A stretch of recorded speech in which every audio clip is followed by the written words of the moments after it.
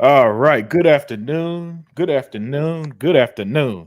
Welcome to the Unlimited Truth. We got a fire podcast. I'm hyped up today, y'all. I'm hyped up because it's always great to hang out with the Xbox family because at this point, that's what y'all are pretty much, man. Hmm. Family, man. The greatest gamers on the planet, the greatest chat on the internet. And look, the chat is already here. Adidas 20 was here since yesterday. That's how early he was. Man, hey, what's up, Tool Man? Shizno What's up, Elite. Tool Oh, Man? Shizno? yeah, yeah, always with Shizno Hi. Elite. So, guys, everybody in the chat, let's chill out. Let's have a great time. We got an excellent podcast for y'all today. I think what we got lined up is going to make for some great discussion. Smitty Smith just popped in. Oh So my gosh, Smitty. what's up, Oh, Smitty? word up. Smitty Smith. Hey, What's up, brother? It's been too long, yeah, Smitty. It's been a yeah, minute. I know. Just need to hope people like Coco Fiend and Mike Johnson to show up, and it's really Oh, gonna be a party. Hats But off yeah, to Smitty Smith, yeah. bro. yeah. But as always, before we get to it, we do our introductions, and I gotta introduce this man first because although he represents the chat, he's also been a little tough. He's been busy, so he's not always available. So whenever he's here, we got to show him love and respect. But other Zinc, introduce yourself. Hey man, I'm just happy to be here. I've been going crazy trying to, just to hang out with the team again. But I'm glad to see the usual suspects in the chat. Yeah, yeah, and as always, the she represents the Queen of Green, the First Lady of Chat, Daya 4568. Introduce yourself. Well, you guys already know me. I'm the first lady of chat. I'm always here when Zink isn't, so I'm still watching the chat for him. And I'm really glad to be here with everybody, and glad to see you again too, Zink. Yes, and last but not least, at least so far, the number one with the gun, Sega Man. Introduce yourself. What is up, everybody in the chat, man? Welcome to the one of the hottest podcasts ever to grace YouTube, which is the Unlimited Truth. We are the true Xbox diehard fans in here. We got the man with the numbers, Zink.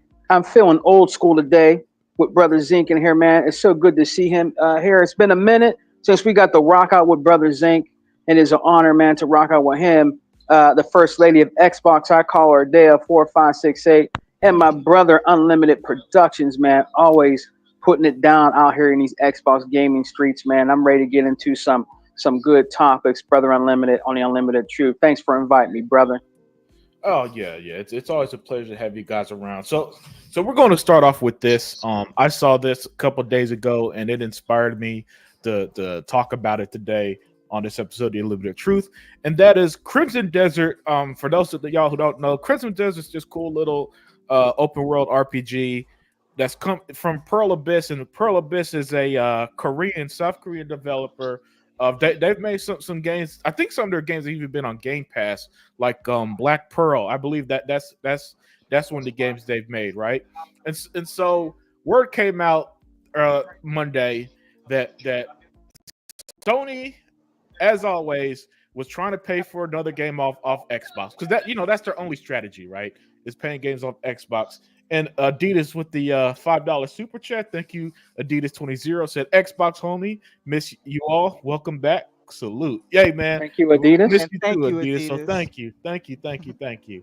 Um, but back to the first topic for today. It came out that Sony was trying to pay for this game to be off Xbox basically, but Pearl Abyss declined.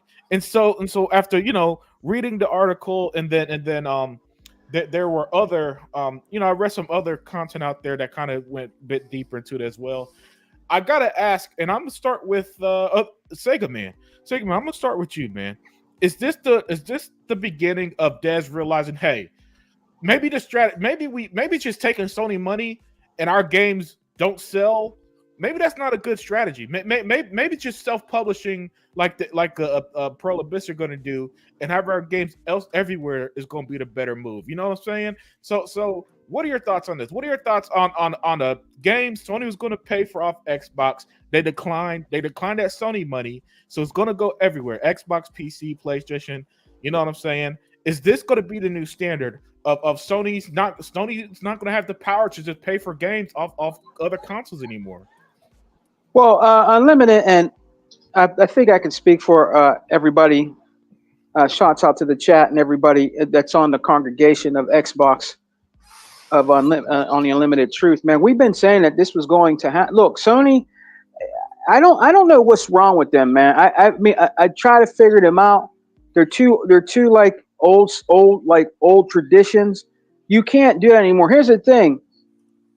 This is a bad time right now. I don't know if people realize this. I think a lot of people realize this. It's a hard time right now for money.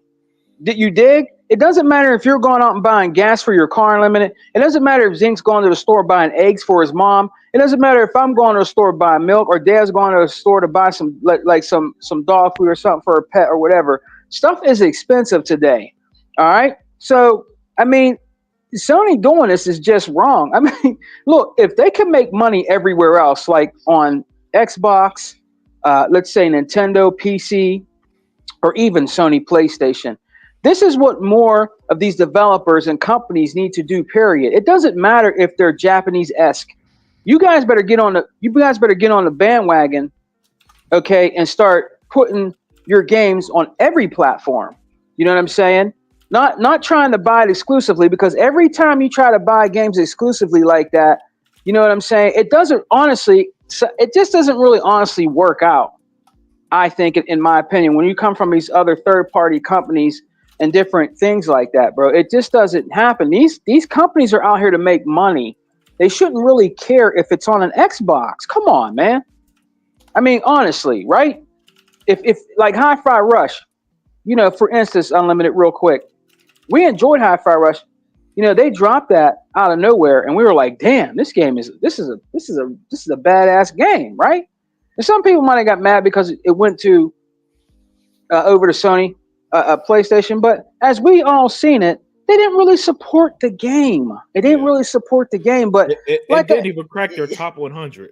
Right, Unlimited. But here's the thing: these companies, they want to put their games somewhere else so they can make as much money as they can, so they can stay legitimate and stay out here. Because a lot of these companies, sometimes Microsoft can save them and get bought. Companies can save them and get bought, but still, sometimes these companies go under.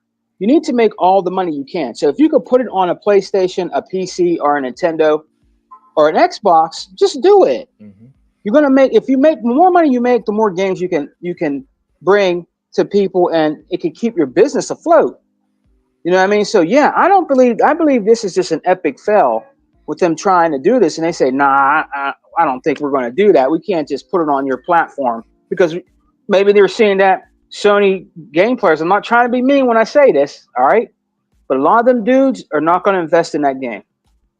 Facts. Hey, they're not going to buy that game, right, Zink? Let me jump on you, Sega Man. And I was hoping that this would happen when I saw that question. Dr. Vodka is the king of that series, like oh yeah, Black Desert, and I'm glad he answered this. Unlimited, you guys can read that at 6:06 p.m. That's what I was gonna point out. Y'all go ahead. Yeah. Well, hold on. Let me address the super chat real quick. From Smitty Smith. He said, Pearl Abyss, when Sony asks you to party, you got to say no, the Book of X. That's what's up, Smitty. Got another line in the Book of X, you know? I know. But Dr. Vaca, he said, Microsoft helped Pearl Abyss make Black Desert Online UI, so it could come to console. That is why BDO was a time exclusive. But continue. No, that's on you, Sega Man. Oh, me? Okay. Yeah, still your turn. Well, real quick, so I'm gonna land my plane so I can hear First Lady and our brother Zink. But at the end of the day, you know, everybody, it's just not a good look. It's not a good idea. These companies out here, they need to make money. You got to stop putting just your games exclusively on, especially when they just go just for Sony. Come on, man. Yeah. A lot of these dudes do not play or buy or invest in games like we do. I think more people that are in the Xbox ecosystem buy more games and invest more in IP than they do on Sony PlayStation. I'm just being real. I just think we invest more money into our games and our products than the guys do on Sony. You know what I mean? They don't invest like that in these games. They just don't. You know what I mean? And I just wouldn't do that. If it was me, Unlimited, and it was my game, I'm gonna put that shit on every platform so I can make as much money as I can because I want my company stay afloat. You know what I mean? And I want to keep making games. Yeah, and let me add to this because when Sony pays for games off Xbox, it's not a situation like how it can't. You remember? Let's not forget how reports were saying and devs confirmed that the games on Game Pass, they were paying for the development costs of the many of the games that was going there, exactly. Right? So 9 out of 10 times when Sony drops money for a game off of Xbox, it's not a situation where they're hoping the developer or the game wouldn't come out if they didn't have the Sony backing. It's just Sony dropping a little something. Developer thinking, whoa, Sony's the largest console market leader. Maybe that's going to be our best path to sales. And just especially the last 4 or 5 years, that's not the case, and not even close. Right, so I just want to add context to what you're saying before. And Unlimited and Zinc, and I'm gonna land. Look, honestly, I don't care. You know how they would tease us? You know how they would tease us Unlimited and Zinc and Dea, how, let's say, like one of our games, like let's say Sea of Thieves or whatever, went over to PlayStation. You guys don't have no exclusives. Yeah, Xboxers did. Look, I know that you guys are not gonna buy or invest in the games, so it doesn't matter to me. You ain't hurting my feelings because I know if we give you any games that go over there, I know you're not going to support them. I know you're not going to buy them. I know you're not going to play them. You're just going to get on social media and come on to Unlimited's channel or mine or something like that and say the Xboxes did. Look, we got your exclusives. You don't have no games. We got Sea of Thieves, but they don't support it. So it doesn't bother me. We all know, we see it out here, Zink. You know that they're not going to play the games and they're not going to buy or support the games. Look what happened with Hellblade over there. It ended up coming to us. You know what I mean? Because they didn't buy or support the game like we did. Yeah. And that's all I got to say on that. I land my plane, man. I land my plane on that, Brother Unlimited. I just don't think they're going to do that, bro. They're not going to invest in the game. The game needs to go everywhere. If you want to stay alive, put it on everything. Before you give it to Dia, since Heot isn't here, this is what we talk about perception. Mm-hmm. It's a perceived thing that Sony wants to make it look like we have everything and things are exclusive to us. And this is the illusion that they try to create because they don't, especially now, they don't have their own game. So they're just paying for perception. So they'll have a talking point. Excellent point there, Zink. Tuck, if you could hear me, I see that you're having trouble getting in, man. Maybe if you come out and come back in, I could get you on the show. So if you could hear us, Tuck. With that said, before I move on to Dea, Lad, hey, thank you for joining us, Lad. He said, hey, what's up? Xbox hi, Lad. Higher. There's so much lineup. Yes, there is, Lad. And of course, the homie Cray Simmons also popped in. But let me get to Smitty Smith with the super chat. As always, thank you, Smitty. He says, listen to this. Forspoken, Foam Stars, Stellar Blade, Final Fantasy 16, and Rise of the Ronin.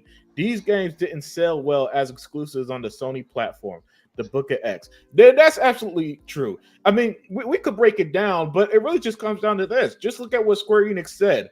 All they ever said with these games is that they didn't, they didn't meet expectations. They didn't sell well. Hell, Forspoken.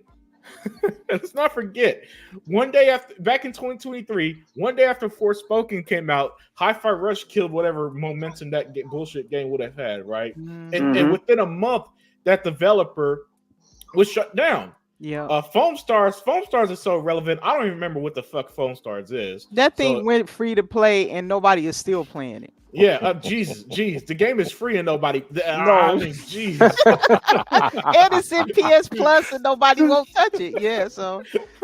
Oh man, but they, as you see, that's hilarious. Okay, but as you see, they, Sony wanted to pay for Crimson Desert. But Pearl Abyss declined. And as Dr. Vodka mentioned, Pearl Abyss has a previous working relationship with Xbox. I know.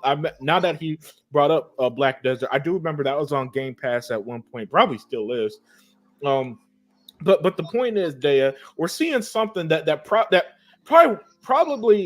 didn't happen often in the past. Because let's not forget, Dea, even back in the 90s when Sony first got into gaming, this was their strategy: paying these third-party games off of other consoles. It hit Xbox. Hey, what's up, Google Poll? Thanks for joining. I mean, it'll be off of the Sega Saturn at the time, right? and then it will give this perception that Sony has all these games and doing all this. But Daya, what we're seeing in 2024 that strategy it's not even working from a perception standpoint, because people still see the PlayStation. Because look at the criticism of PS5 Pro. Daya's what? It's $700 and no game. So let me get your thoughts on this. Is this the beginning of a new trend of developers and publishers be like, you know what? Maybe that Sony money ain't all that. You know what I'm saying? And having their games accessible to as many people as possible. Okay. Hey, D, a comment on Unlimited sneaking that last one in there, that last body shot of $700 and no games. Okay. Yeah, man. Yeah. I mean, look, it's a lot to say on that. First, let me address the elephant in the room with this Pearl Abyss article. First off, I would say that this is consider this like a nuke drop. And when I say that, it means that there's going to be ripples in the gaming industry from it. Pearl Abyss was the first studio to stand up to PlayStation, and it made waves. First one. Everybody else buckled and cowered under them, terrified because they're supposed to be the market leader. But Pearl Abyss was like, look, we're looking out for ourselves. And they had a previous working relationship with Xbox. So unlike the studios of the past, that would stab Microsoft in the back the first chance they got, Pearl Abyss is different in this sense. Number one, they're not a Japanese studio. They don't bow down to the Japanese the way the other Japanese will. Japanese will always bow to their own. They will always put their own ahead of everything else. So they're not working, although they're in the East, they're not working with another Japanese studio. And although that may seem racist, this is just a fact. They will always put themselves over everyone else. Number two, they already had a previous relationship with Xbox. They know what it's like to work with Xbox. And most companies that work with Xbox have a good working relationship with them. Under Phil Spencer and all that. We're not talking about anything before him and all that stuff. But most people who have worked with Xbox have a very good relationship, especially if they're up and coming or they're indie. A good example is that Wu Chang Fallen Feathers, just to use this as an example, they rolled out the red carpet for these people. Gave them a spot on Times Square to advertise their game. Oh, that's right. Treated them like a AAA company. So this is just an example of how Microsoft treat their partners. And they promote them like crazy. Like, look at how Atlas has been. At first, Atlas didn't want to do any business with Xbox for whatever reason. They didn't. But ever since they've been able to market for them and really put a shine on them, they don't seem to have no problems anymore now. That relationship changed. Sorry to cut you off, but you got to give credit to Sarah Bond for that. Yes. Some years ago, whatever she did in her trips to Japan these last few years is paying off dividends with that market. Exactly. Hey, Unlimited, is Sarah Bond changing the game, bro? Oh, she's doing excellent work for Xbox. Well, she's changing the game because people try and not listen to her. When she said she was going to do something, she said she was going to do it, and people discounted her like she's some subordinate or something. The woman is a boss, dude. Respect what's coming out of her mouth. Yeah. Okay, and I'm going to read this just so, because Google Poll understands exactly what I'm saying. He says, Pearl Abyss declining and having it known to the press shows how much Sony is losing in relevance. Yep. Their prestige is falling. Exactly. This is why that exactly. He's Google Poll is so articulate. I'm so proud of him. But that sums up exactly what I was trying to say. So that's huge, and most people are overlooking that, but don't. But here's the second point, and this is not my point. I can't think of the name of the channel right now, but this guy's a PlayStation guy. He's very fair-minded. He doesn't hate Xbox for the sake of hating it, but he just prefers PlayStation. But he brought up a point that I thought about, and I was like, he could be onto something with this. He said, I'm starting to wonder, Because while Sony is forcing these smaller developers and these smaller publishers to put their games and lock them, I mean, no way out, no wiggle room, locking them to their platform, while at the same time moving their games over to PC. So they're making sure their games are remaining as healthy as possible, while using these studios and or developers to lock them down to promote their platform, but it's harming their businesses. And this is something that another thing most people are underestimating is the whole Square Enix factor in all of this. Yes. Because when you see a publisher as big as they are, and they are big, don't misunderstand. Just because they've had these struggles locking their games onto that platform doesn't mean they're not big. They got a big presence on mobile, for instance. They're big, and they're big with history. Yes, with history, exactly. A lot of times people are looking at Square Enix in that way. Yes, they under that other guy, they made poor decisions, and that guy was only doing it because he was treating like PlayStation like, oh, you my buddy and all this, but it's a business. It is a business at the end of the day. He was not looking out for the people who owned that business, the stockholders. He wasn't looking out for any of those people, and that's why they kicked him out. But Square Enix is a big deal as far as the factoring here. Then I'll wrap it up. I know I'm going long, but I just want to bring out these points for you guys to think about. That Square Enix shows that no matter how big you are, no matter how much legacy you have, no matter how well you've worked with PlayStation, no matter how long of a history you've had on PlayStation, that you can fail like that on the PlayStation platform by locking your game there, because you know they're a third-party publisher. So by locking your game there, ignoring the rest of your consumer bases, that's technically what they did, and then living on that platform to die. And there was nothing. Now, although Sony could have went back and said, let's renegotiate this, let's try to save your company, but they did nothing. They didn't try to help them. If you want to know why Square Enix now is running to Xbox as fast as they can go, that new CEO understands, and there's no way I think that relationship is probably broken in such a way that you don't even see Sony attempting to go back to Square. They know they done burnt those bridges pretty hard. So I just wanted to put those different factors out there for people to think about. And what this is showing overall is that Sony is not a healthy company. Putting your games on that platform is most likely, unless you're very lucky, like you know, I don't know. I don't even know what game has done well over there. I'm trying to think, because Helldivers was PC. I can't even think. But unless you're one of those games that do really, I think maybe Silent Hill has done well over there. The remake, that one is doing pretty good. So if you're a game like that really appeals to them, you sending your game over there to die.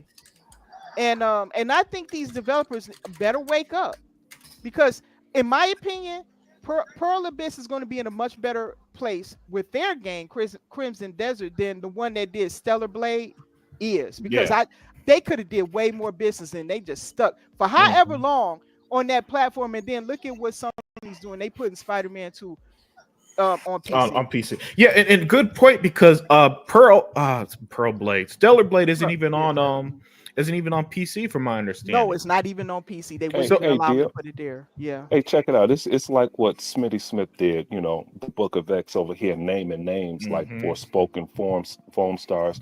And what this studio is thinking about, they read Smitty Smith's comment a long time ago and saw the failures, and then they talked to Sega Man and myself, and we brought up Haze, Resistance, Killzone. The new one is Concord. All of these games are dead. And then when Naughty Dog came out and said they done with Killzone, Guerrilla that broke a lot of hearts out there, man. They thought Killzone was coming back. Which is hilarious, because that was one of the games they listed that could combat Call of Duty, which is just such a stupid statement. But it's like, guys, I hate to break your heart. Oh, by the way, Smitty Smith with the super chat, he said, developers to Sony, all money ain't good money. The Book of X. That's right. And facts. And a lot of them learned the hard way, especially this generation. But back to my point.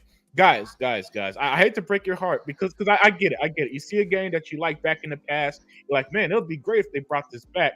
But there's a reason why a lot of them don't get brought back because they were a failure then, and Killzone was a mega fail. Like this is how bad of a failure Killzone was. It was a day one release on the PS4 when PlayStation had no other games except like I don't even know. Oh, Knack, right? That's it. That's all they had. When the Xbox One launched, made by Mark Cerny. Yeah, exactly. When the Xbox One launched with games like Killer Instinct and Forza 5 and Dead Rising 3 and all that stuff, right? And it still didn't sell. When people bought Call of Duty and NBA with their PS4s a decade ago, like they're doing now. So I wasn't surprised when I heard that. But it is funny, Daya, that it broke a lot of hearts. But I'm like, here's why I said this is what they get, because a lot of them who said that are the same ones who be shitting on every other game, Daya, right? Mm-hmm. And then when a game that we like doesn't get a sequel, doesn't come back, we just got to deal with it. Right. But so I'm just saying. Your boy Unlimited being petty today is all I'm saying. Yes, you are. You brought up Knack, bro. He brought up Knack. Oh my God! Didn't they have a game called Mag, and that didn't do good either, right? Yeah, it's a massive action game. Yes. Was that the one that had like 120? Yeah, like 200 players or something. It was supposed to be a Halo killer, also. And shout out to Tool Man. It's a real irony, huh? How every Halo killer just kills itself. They just did a suicide, yeah. Commit suicide. Yeah, and shout out to Tool Man, because I haven't been around, and he's been watching Dia and her second job to support her 90-90 habits. Yeah, I saw that. I also want to call out Smitty. He brought out the name. I want to give full credit to the person that I got that idea from about Sony sending their games off multiplayer. That's a VG Fight School, I guess that is, and that's the channel I want to give full credit for that idea, and I just wanted to put that out there because I thought he brought up a good point. Yeah, that he makes good logical videos. He does. He's reasonable. Yeah, he's reasonable, but he kind of missed a few things about the history of gaming. But other than that, I can't hate the guy. Listen, in a world where everybody else is doing ridiculous clickbait and have no problem lying to you, it's nicer and fresher to see someone who just approaches things reasonably and comes to logical conclusions. So I like the guy, and I can't believe I'm saying that because I spent the last 2 years shitting on these shitty gaming YouTubers. Yeah. He's actually a reasonable guy, and he's still learning. He even invites people to give him information that he's missing and stuff. So he's a good guy. Yeah. No, I like it. Gogo Post said to Shiznoo Elite, "Yep, I think that's happening. They trying to play dirty and spending big time on it. I mean, it's the usual Sony strategy. It's just that it doesn't work in 2024, where game costs are out of control. So have your games on. Listen, at both Xbox and PlayStation, I've learned the hard way that, unfortunately, guys, and I know y'all don't want to hear it, having one game locked to one box just isn't reasonable. It's not. You can't. Zinc and Sega Man, you can't demand these games to have 4K 60 ray tracing, whatever else RDNA 2 would do, and the $700 PS5 Pro, whatever the fuck that's supposed to do, right? Yep. Apparently run games flawlessly, and then think that that a game budget could be like $50 million these days and pull that off. Exactly. And I see go ahead. Unlimited, when you mentioned that, man, I don't know what you guys think, but do you guys honestly think that PS5 Pro, I think it's a smoke screen, man. I don't think it can do what it can do. I don't believe it. I just don't believe it. I don't know if it's debatable that it's not doing here's the thing. They lie so much, Unlimited. Yes, that's where I was going to go with it, Sega man. This is how crazy the lies are. If you watch the original PS5 video from Mark Cerny said and the PS5 Pro, it's the same words. Really? Yes. What? It's the same. Wow. The same shit he said in 2020. He said in 2024. Wow, bro. Yep. Wow. And he said, what did he say? Unlimited. We're shooting for 4K 60. Wait a minute. You should be doing 4K 60. Yeah. The Xbox does. Yeah. Oh, right. Because then why would they? Hold on And for a then why second. why I would want they to say put on their welcome to box? Demo Flow Gaming. He just joined us, and Seek Slayer.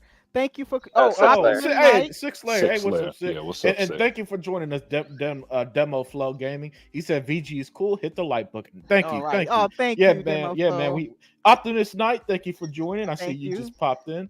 But yeah, continue, Sega Man. Why would they put? And you're right, and I think Zeke can vouch for this too, because don't on the original PS5 box, didn't they put 8K? Yep. Yes, they Yeah, did, they Yeah, and did. they And They it left and put it it on can't there. 8K it on there. can't do 8K, can it? Can't do No, 8K it No. never nothing. could. Yeah. They put it, but they say Xbox did it too, but I don't have it on my box. So I don't know. I would actually believe, and I'm not trying to be biased, y'all, but I would actually believe that if Microsoft, if they say that something's in their product, it's in there, and it does what it says it's going to do.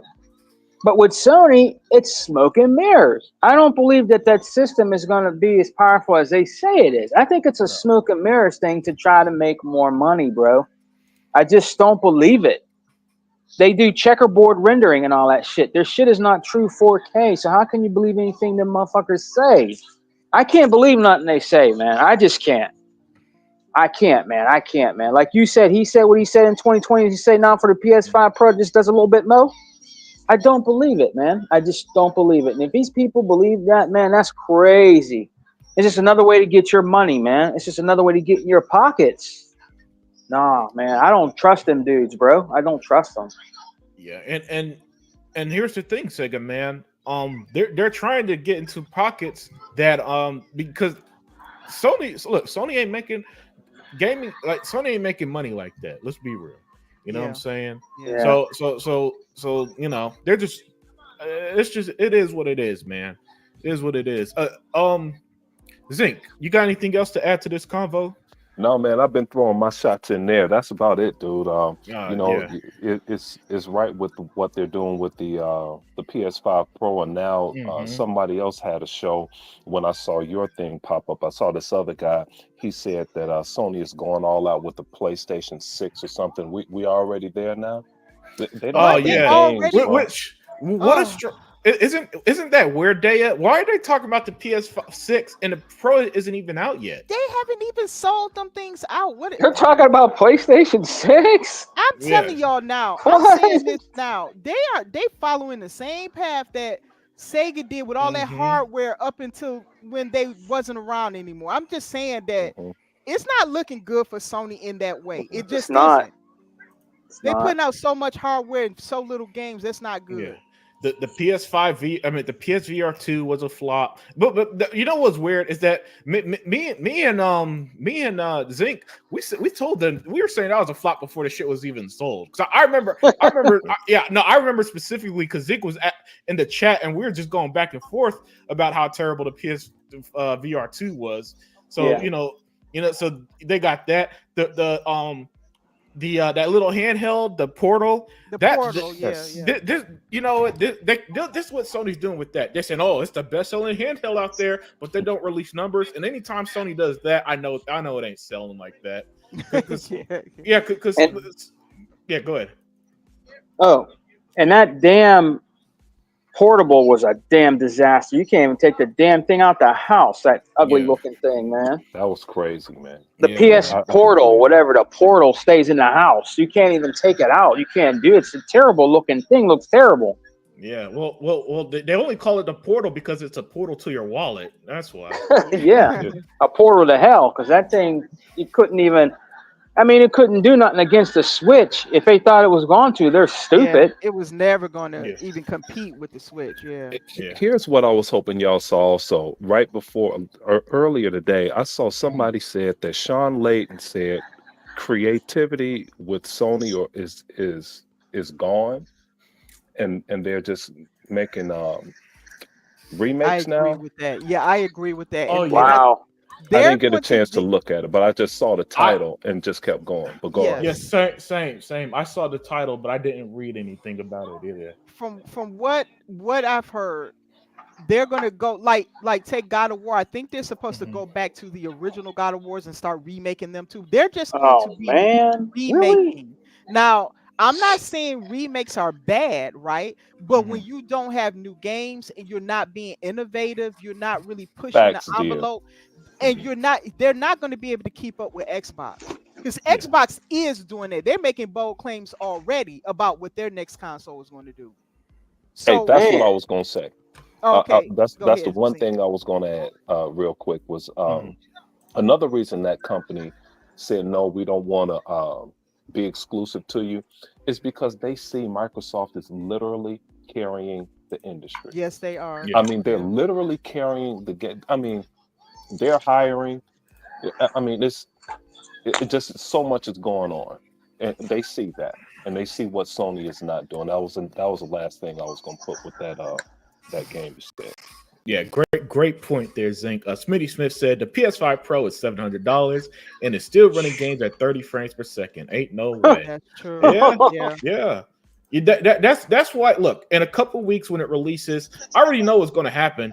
The idiots that paid $700 day one for it, Smitty Smith, they're gonna put out their coping mechanism videos of hey, look at this Xbox, look at how this game runs 2 frames higher than on the Series X, right? They're gonna do that nonsense, and then it's gonna be a disaster because they're gonna realize nobody cares. You know what I'm saying? Well, they trying to get the Xbox guys saying, Indiana Jones is going to run.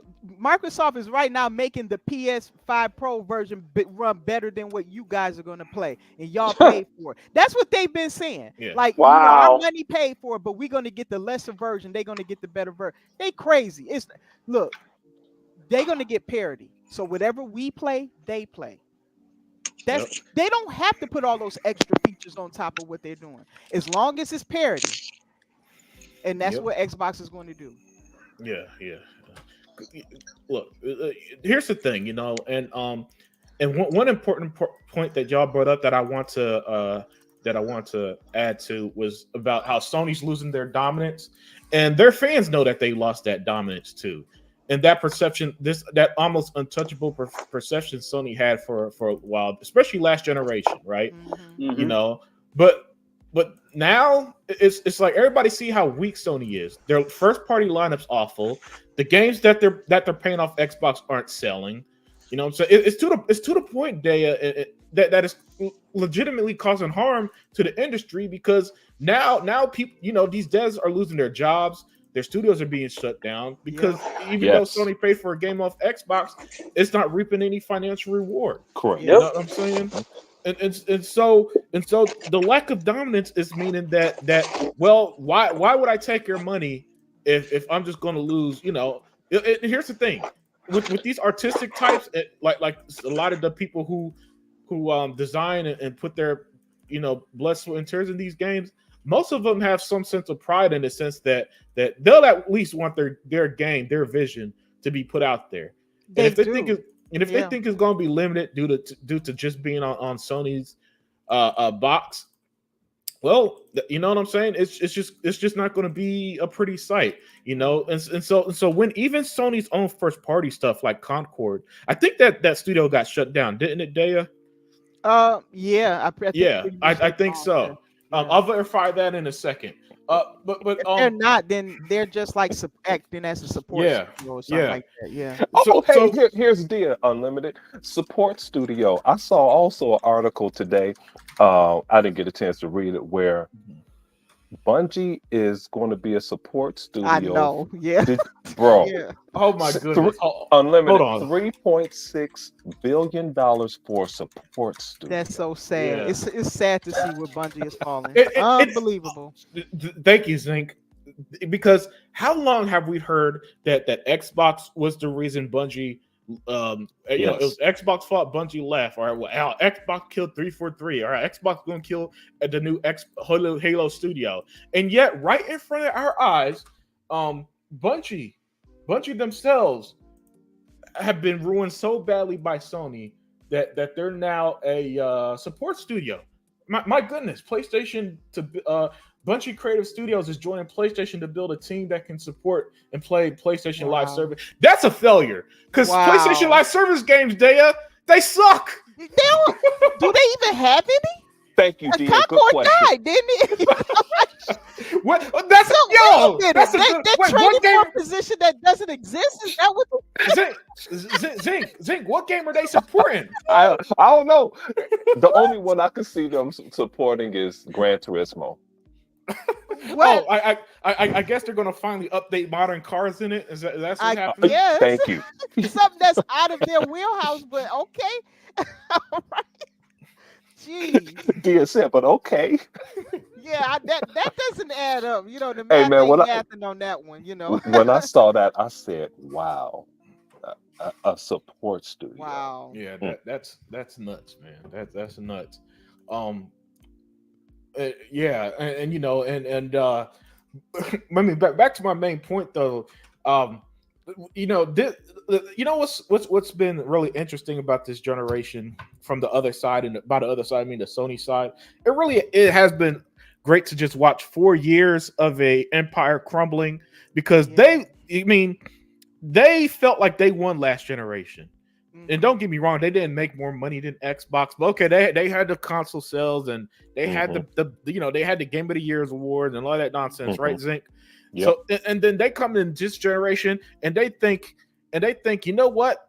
We were so good in the PS5 or PS4. Because let's not forget that whole money hatting thing. We reported that I don't even think Zink and Dare was a part of the crew yet, Sega man. When we had our streams talking about Sony going around to literally every single developer or publisher to pay for games on Xbox, right? And Starfield is kind of was the first change because when Microsoft realized that they bought Bethesda, right? Because they bought the whole studio. Yeah, the whole publisher. Yeah, the publisher. Everything. Yeah, they bought everything, right?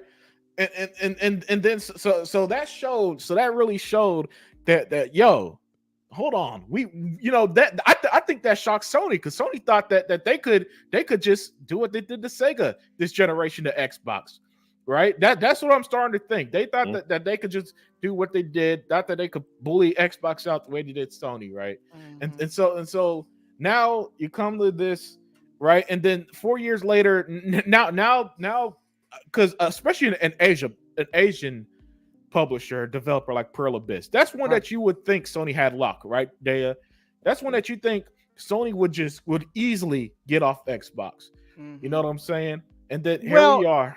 Sony is preying on Korea. Just to bring this point out real quick, they got in early to start preying on Korea for fresh new games. Yeah, the Koreans are going to be big in the gaming industry if they aren't already, and so they knew, and that's why they've been doing this because Sony knew they was going to need content. There is no way with Xbox output, and we still haven't really seen that onslaught. It's about to happen. COD is getting ready to come out, so it's about to hurt real bad. And so they knew this, and so that's why I think they was farming studios and stuff and locking those. They've been trying to take away all these big studios away from Xbox, but like I said, this is the first ripple, and I think you're going to see more after. Hey, dear, hold on a second. Let's attack Unlimited for a second. What's that? Because Unlimited's best friend said, Colin Moriarty said Call of Duty isn't going to do anything. Who said that? I heard Colin say that, dude. Oh my gosh, the guy that everybody think is so smart. Oh my god. Oh my goodness. That guy. You know what? Until the day they can get pride with these people, these PlayStation gamers are gripping onto their controls. Can't wait to play COD. The day they can do that, then I'll listen to Colin because his argument is dumb. I don't even know what his argument is. He just said that it's not going to do much. I guess because Xbox owns it. That's dumb. You know. So owning the best-selling game of 2024 isn't going to do nothing for him. And by what metric? Because they're going to make money because it's going to be the best-selling game, so that's already a win. Yeah, it's going to do big. It's going to be number one most played game on Xbox. I know this because when you go to most popular game on Game Pass right now, it's Call of Duty Modern Warfare. Yes, it is. Yeah, because you don't think Black Ops 6 is going to be number one when it releases. So that's going to do that. It's going to bring the subs to Game Pass. Yep. There's still going to be people on Xbox who buy it. There's going to be people on PC who buy it. Yep. So I don't know. This is see, especially when they say blinking stuff like that. They got to go into bigger detail because I don't know by what metric. See, here's the thing. I guess he thinks. I think Sony guys think in the very old school way of success, right? Yeah. That they think that we Xbox guys really care if Call of Duty ends up selling more on PlayStation than on Xbox. No, we don't. No, we don't care. Hey, Unlimited, use your greatest power. And the reason we hated you guys in marketing, we couldn't stand accountants because we had to go to the accounting lab to make sure a section of our program was right, and they were so smug in the accounting department. We couldn't stand them. Unlimited, this is your division. They're going to get 70% of everything. Yes, from everyone. So apparently, I can't verify it, but apparently I saw someone say 80%. So it could be as high as 80%. Unlimited. Are you kidding? 70 or 80% of everything. That means all download content, all game sales from everyone that's selling the game. Yeah, that's unprecedented revenue. Yes, and that's why Xbox could do all the stuff they're doing. You know what I'm saying? And that also includes the cloud streaming services too. By the way, just to let you know. Oh, great point, Dia. Keep it up. I'm telling you, it's everything and merchandise sales. Exactly. Come on, people. Like that console and oh my goodness, controllers. That stuff is gonna sell out. Yeah. It is. Shizno. This is what I like about Shizno, man. He keeps it gaming. He said COD is gonna be awesome this weekend. I cannot wait for that campaign in zombies. That's what I love to hear, man. Yeah. Hold on, it comes out this week. Yeah, 25th. Is that if you buy Friday? No, 25th on Game Pass. Yeah, so, you don't gotta. Yeah, you don't gotta buy anything. Yeah. Isn't it a special edition or something?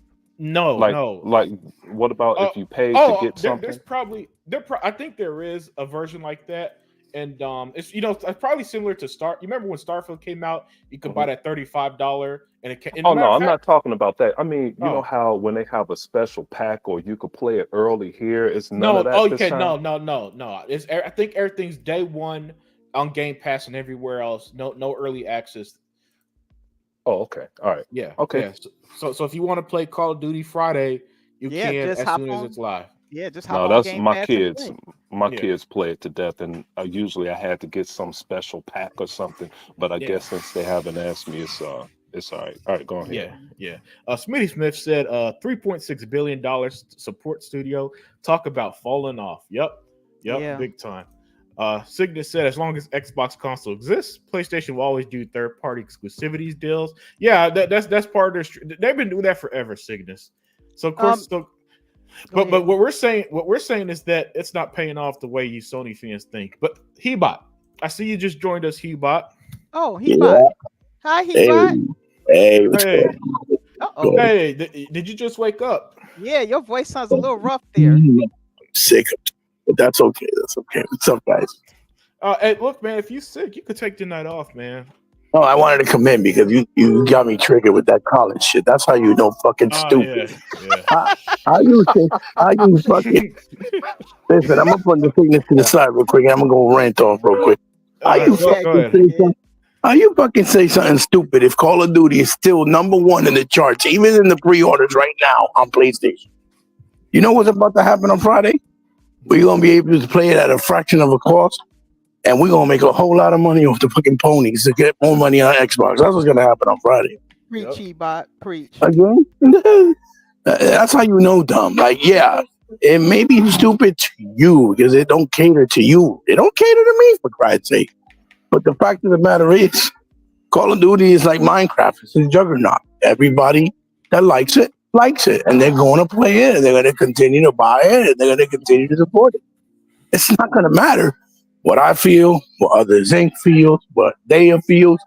We could be in our feelings all we want. The fact of the matter is, they like it, the motherfucker's gonna buy it. And that shit is a juggernaut. It's gonna sell, whether I like it or not. And all that money Microsoft's gonna make off of the ponies is gonna be funny as fuck. Watch it be number one. Well, you said it anyway. Remember when we talked about that Unlimited? that you said watch it be number one, even though they're talking about it's not going to do nothing and they're not going to buy it. Yeah. Remember we had that conversation a while back. Yep. You can say Friday with literally 2 days away. They're going to be funny as hell. Yep. I can't wait. I can't wait. It's going to be whatever exclusive they had it this year. It's going to quadruple it. Yeah. Oh yeah. And you're right. You're right, Heot. We don't care, but we do care because we're going to get all of the residuals, and this is just going to come right back into the company, and this is more discretionary income that they'll be able to spread throughout the other companies. It's like Minecraft. I don't play Minecraft. We don't play Roblox. We don't play too much GTA. We don't play too much Call of Duty. But those games, they spread wealth everywhere within their own components. Call of Duty it's just gonna be killer from Xbox. And don't forget King. King is just we keep forgetting about that. King makes a lot of money. Sure they do. But go ahead. The mobile market is absolutely insane. But again, it's because everybody in the fucking world has a phone. And there's no denying that. So how can you deny the fact that everybody in the world that has a phone is going to go out and buy all these games for $1, $2, $3? Listen, if there's 40 million people buying games at, $1 million, you do the math. Yep. You know what I'm saying? We're talking about millions and millions of dollars just off dollar games. So imagine if it's games that are $5 or even $10 or even $7. That market is so huge and there's so much money to be made because a lot of people just like having a good time on their phone. The casuals of casuals, like a grandmother or a mother or a granddad. You know what I'm saying? Right. Well said, Heot. One of my friends, she said she had to put her phone down because she wound up spending like $400 on Dia's game. You just mentioned, what was the name of that game you mentioned, Dia? A mobile game? The King game. Candy Crush? Was it Candy Crush? Bro. Man. $400. Yeah. And I believe it. I fucking believe it. I fucking believe it. Yeah. I mean, I saw the breakdown, and it's insane. It's kind of weird because the amount of money mobile gaming makes trumps it trumps even console and PC gaming revenue. It does. Which sounds crazy. The world has a phone. Yeah, exactly. Not only that, the cost ratio is better. Also, it doesn't cost $300 million to make Candy Crush. Absolutely, right. The profits are smaller and simpler. Yeah. The profit margin is 99%. It seems. Oh yeah, because they'll spend, let's say, $10,000 to make a game and make millions. Because that's what Candy Crush has absolutely done. That it's made millions. They probably cost like $10,000 to make. You know what I mean? The game is very simple, but to the point, it's fun. People, embraced it. They liked it, and it does well. It still does well now. So I heard Floppy Bird is coming back. I was like, yo, nah. Really? Yeah. Hey, Dave Reezy. Oh, Dave hi, Reezy, what's up, man? Oh, hey, what's up, Dave Reezy? Yeah. What's up, man? Oh, we got Varun Kai Spies here. Welcome. Thank you. Where is Spy? I don't see his comment. He says sickness on that pony math. But Tick is good people. He's a pony, but he's good people because he could talk about them. Yeah, he is. Yeah, he's respectful. You don't act disrespectful, and that's the way it's supposed to be. Cygnus is a good guy. He's a good guy. I mean, Cygnus do be low key trolling though. Yeah, he does. Yeah, he's like high key trolling. Yeah, he does it because he thinks it's fun. Like, yeah. But yeah, what's up, Varun Kai Spy? Always glad when you pop in. Dave Reezy said that motherfucker called me a stray. Yeah. Yeah, that was from another show. They keep playing that on Raven's channel. Gentlemen, behave. Hey, Heot, I thought you also heard us because since you weren't here when we were talking about the game. Fill me in. What game were you talking about? Unlimited, the Black Desert game. Yeah. Yeah. Crimson Desert. Crimson Desert, And I mentioned your name because you like to talk about perception all the time. Absolutely. And they were buying this game out of perception. So they could hope that, hey, we have this game and create a different mind share that we have all the games. Look, we have this game and they don't, because they don't have any games. But the problem is Sony found out real quick, they barked up the wrong tree because the other game they did first, the one that's on Xbox, has done very well on Xbox. That Black game Desert, is yeah. Black Desert has done very well on Xbox and it's done very well on PC. They're not going to be stupid and alienate that audience after they've seen the number and the engagement. You see what I'm saying? Yeah. Well, let me ask you what I asked the rest of the panel. Absolutely. Go right ahead. Do you think that this is a start of a wave of more devs saying, "Hey, this whole taking Sony money, our game not selling because they're even though they're the market leader, as we're told, the sales don't match the console sold, right? Not even close." Do you think that this the beginning of the end of that mentality from these third party devs and publishers who took that Sony money at the beginning of the generation? The game didn't do well, and now they're either shut down, had massive layoffs, or rebranding their strategy. Right. Honestly, I think once Square Enix put out that statement, right, and that information that did not pay off, even though it had a 61 million margin of consoles, right, on PlayStation, quote unquote, right? Again, we say quote unquote because we all know Sony has always fucked with numbers and lied and got caught many of times.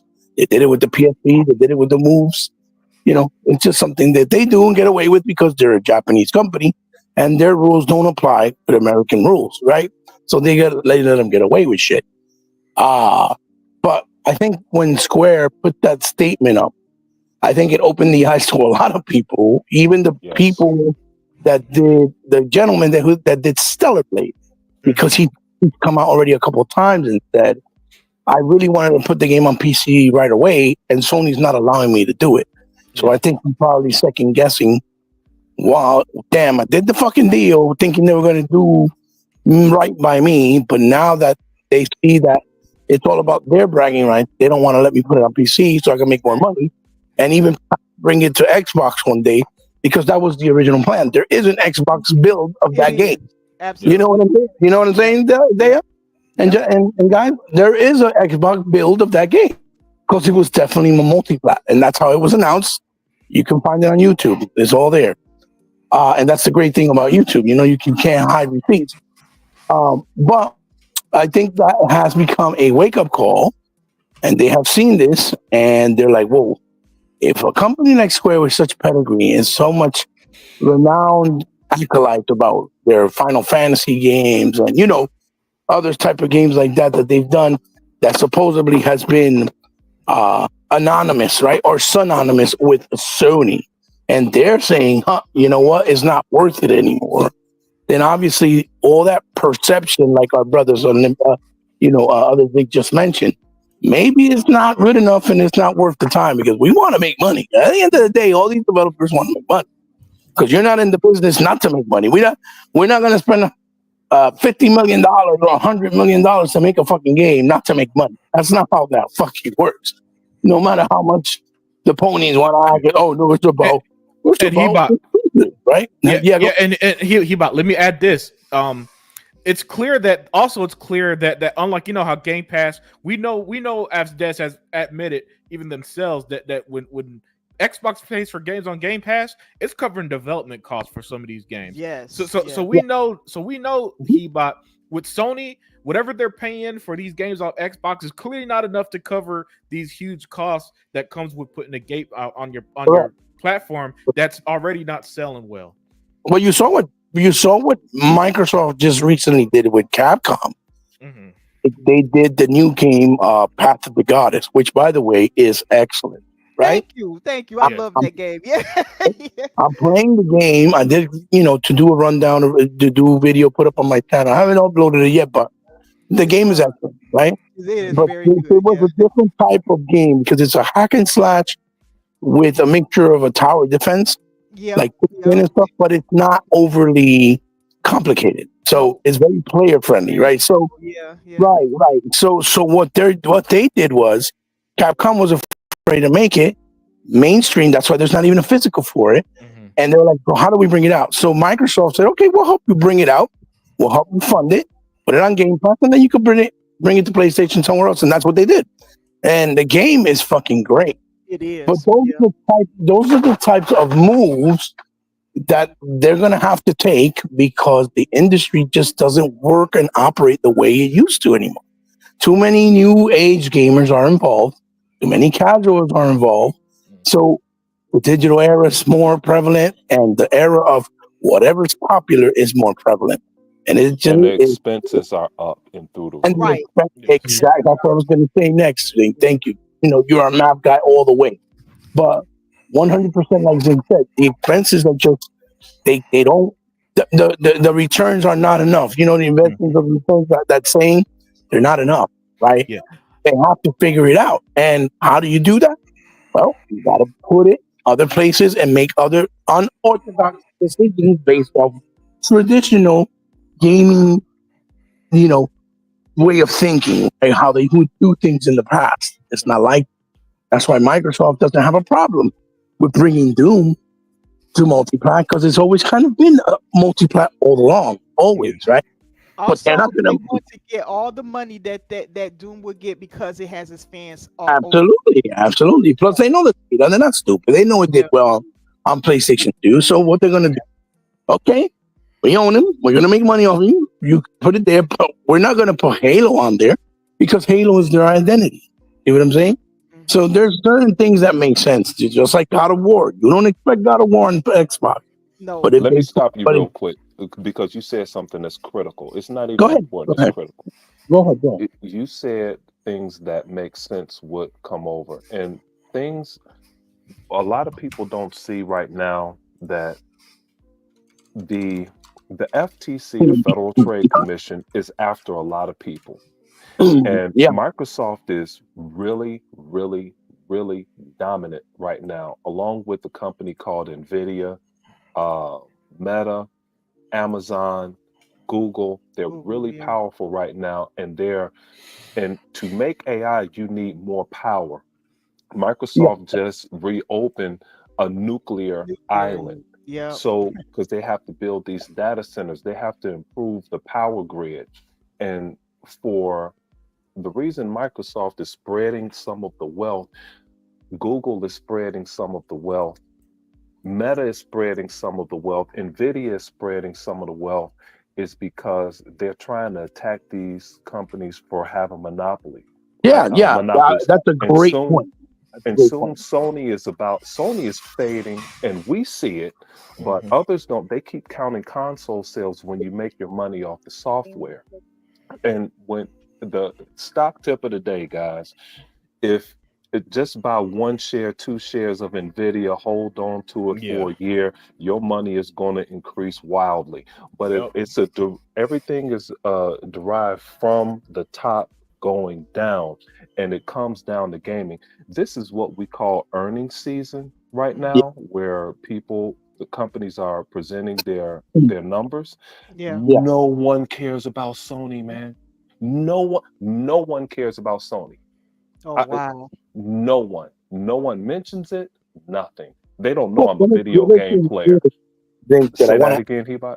Let me add this too, because what you brought up, I knew about it, but we know how we always have each other's back. You brought it up, and you brought a good point, which also makes a lot of sense. The other thing is that because Microsoft is such a big conglomerate behemoth of a company, right?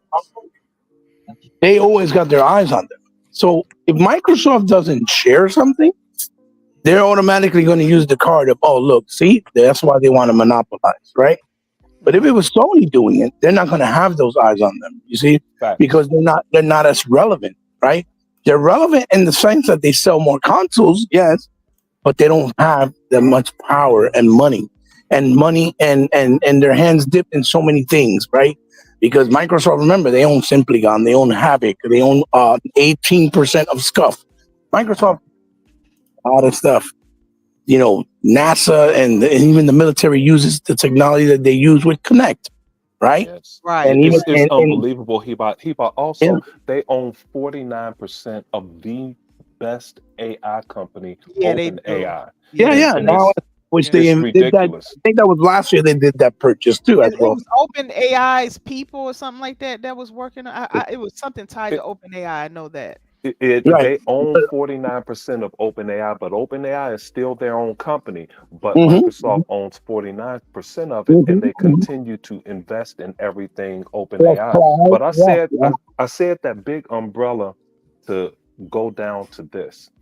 And even Sati, I told you guys before, Sati and Nadella during the earnings call, he said a lot of our AI innovation came from the Xbox division, and it's Mm-hmm. really important to us.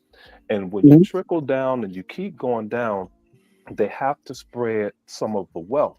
And by Call of Duty and a few others spreading out like that, and everyone, including Nintendo, getting a piece of it, Yeah. it pushes the FTC way back because in about a year, you're going to Mm-hmm. see exactly how powerful Microsoft actually is. And it's Nvidia is also, because no one can do anything without Nvidia. That's true. That's No true. one, They're big. because Yeah.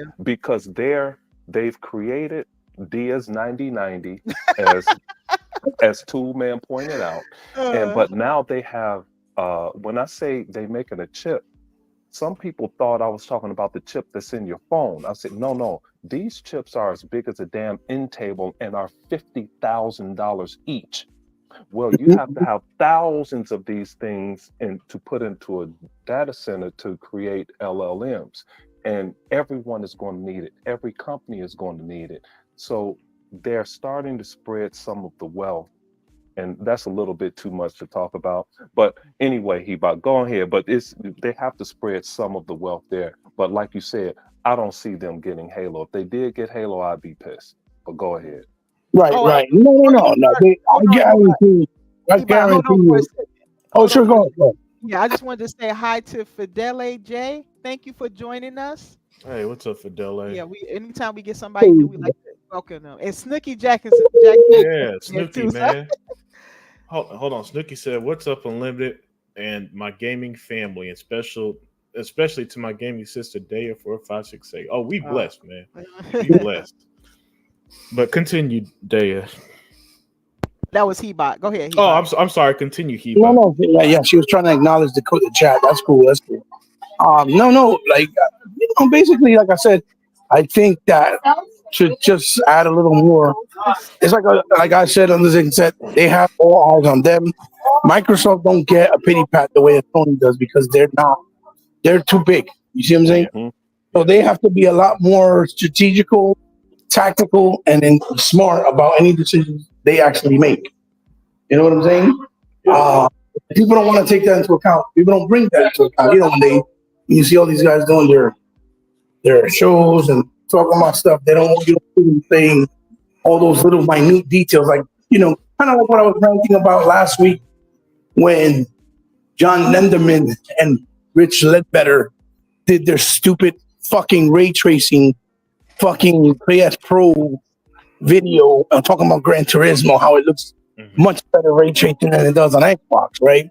And I'm like, well, and I said, well, look, you don't understand that even if the ray tracing aspect looked better, right? Because they concentrated on the GPU side, and even if the car models look a little better, it's because the overall package of that game is not in the level of Forza because it has way less content from how many cars on tracks, 24 versus 15, versus how many cars they have altogether available for you to play, which the Forza rosters and the over 700 plus, when on Gran Turismo, it's like, I think 300 or something.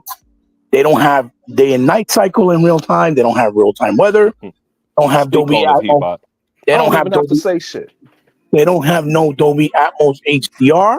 They don't have Dolby Atmos surround, right? It doesn't have real time damage. It doesn't have 5 or 6 different perspectives of how you race and drive in the car, right? Doesn't have over 300 cars in Auto Vista mode. Yeah, all that stuff is in Forza. Plus co-op mode where you can play together. There's none of that in Gran Turismo. None of that. So of course the car models could look a little better here and there because it's way less content. Hey, don't you forget those physics. Yeah, and plus the physics, right? They're based off of the cars react based on the real threads of those real world circuits. Because the circuits are all real world circuits. They're not made up. Like Gran Turismo has some that are made up. And on Forza, they're all real tracks from the real world. The best way you can show the physics portion, Heot, is when they roll into that barrier of tires. It's the funniest thing. That's what I'm saying. It's garbage on Gran Turismo, but on Forza, depending on how hard you hit it, those tires will come out of there. Oh yeah. You can actually hit the damn tires. Yeah. Even the reaction of the tires when you're racing, you feel it in the car. The whole, look. Plus, the people seem to forget that Microsoft also has on their controllers. They have the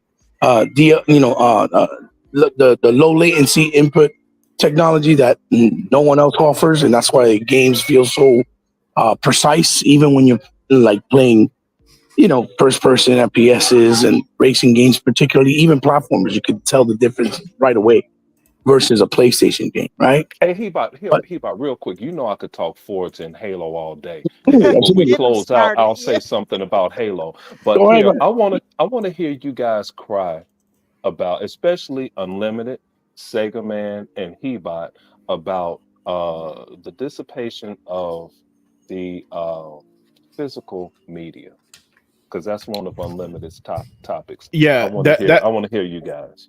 Yo, don't direct the show. I'm running the show, so we're going to talk about that in a few minutes.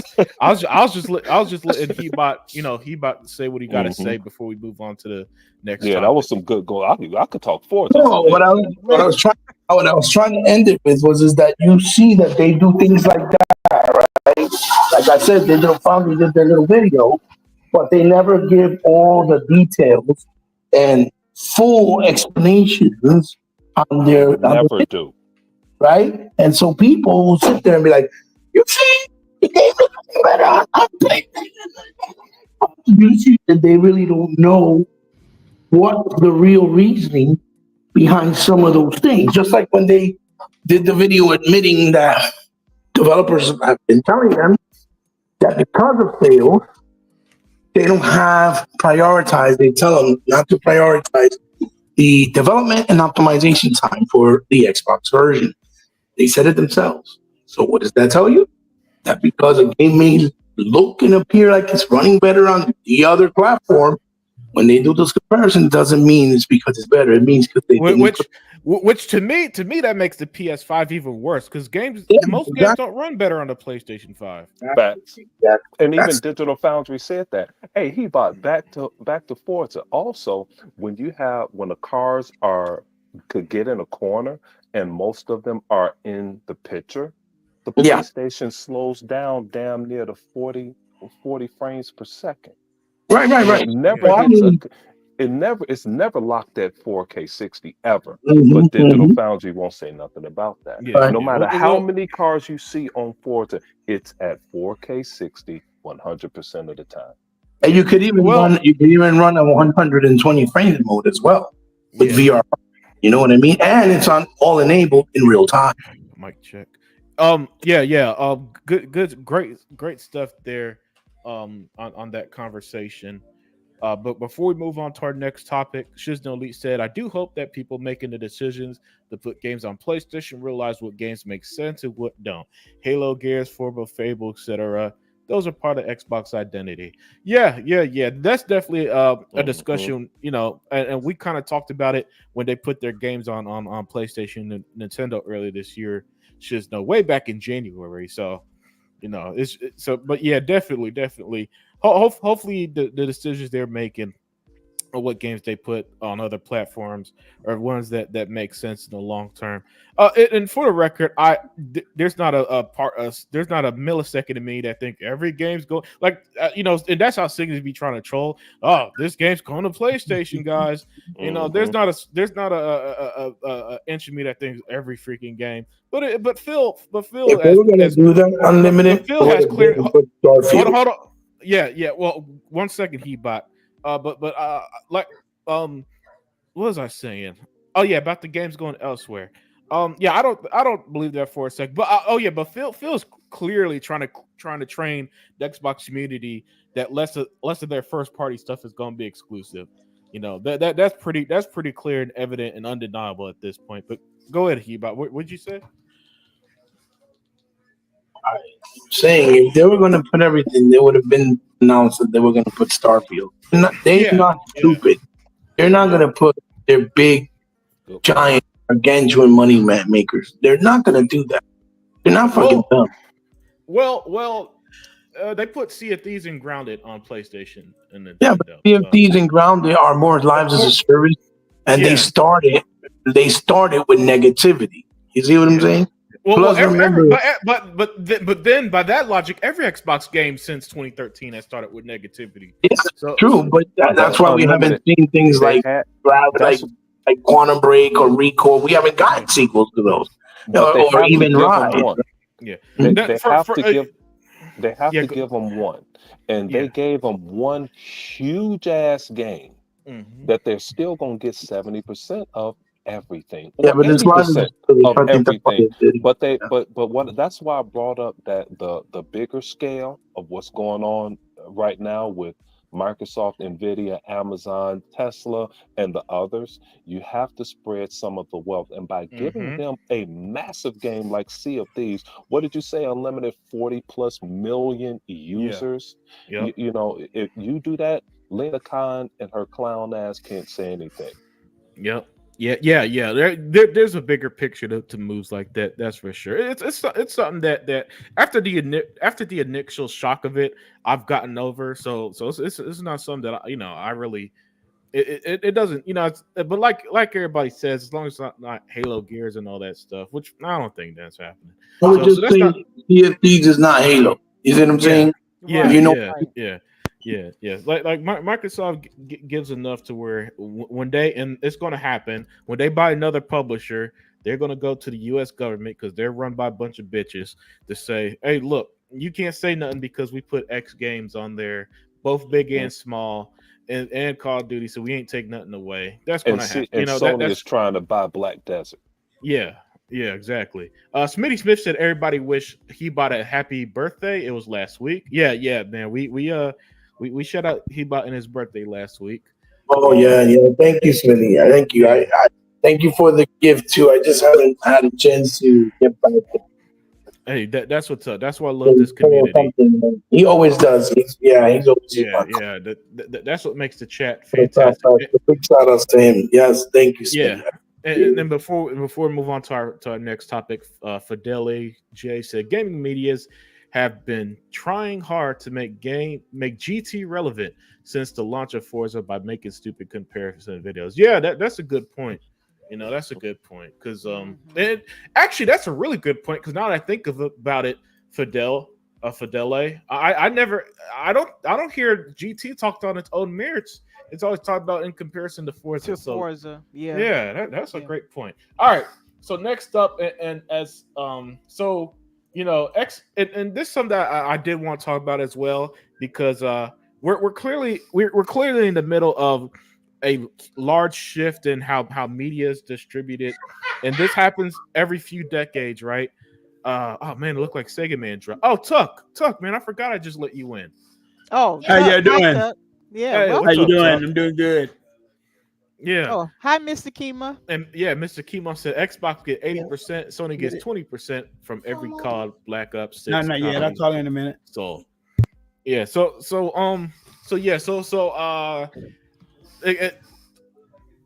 with Xbox specifically, 91% of their sales. Okay, here's Sega Man. 91% of their sales are now digital, right?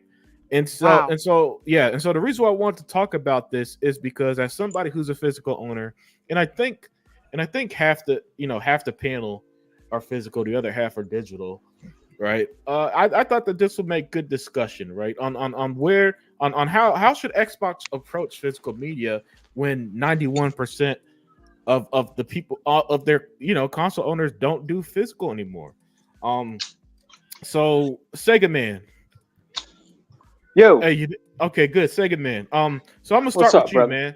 I'm gonna start with you. Do you think that with 91% of Xbox owners are physical or buying digital? I mean, buying digital. That this gonna push out the physical owners? Do you think Xbox gonna go full digital as early as next generation, or do you think that there's still a market for having a physical media for the 9% of us who are still buying them, especially as Xbox always talk about backwards and forwards compatibility? I'd like to hear your thoughts on that.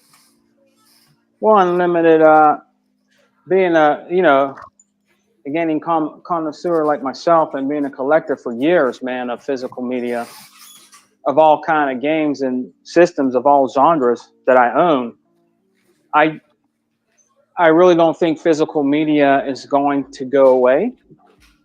I mean, yes, digital is dominating. Right now, it is what it is with digital. And I have a lot of respect for people that like to just have a digital library. That's cool. If that's what you want to rock out, that's fine. You got to understand, I invest in my collection that I have.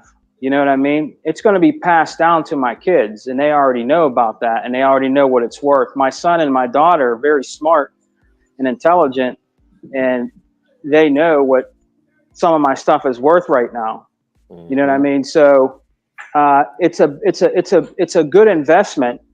Also, it was a good investment for me to keep investing in like those Sega Saturn games that are out this world. Price is out of this world for some of the Saturn games that I have. And even the Dreamcast games that I have. I have one Dreamcast game by itself. It's worth $350. Mm-hmm. It's called Project Justice.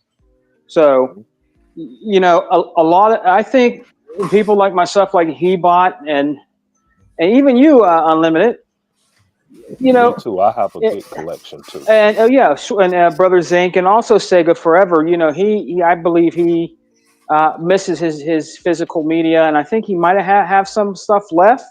But we got to remember, we're from that era.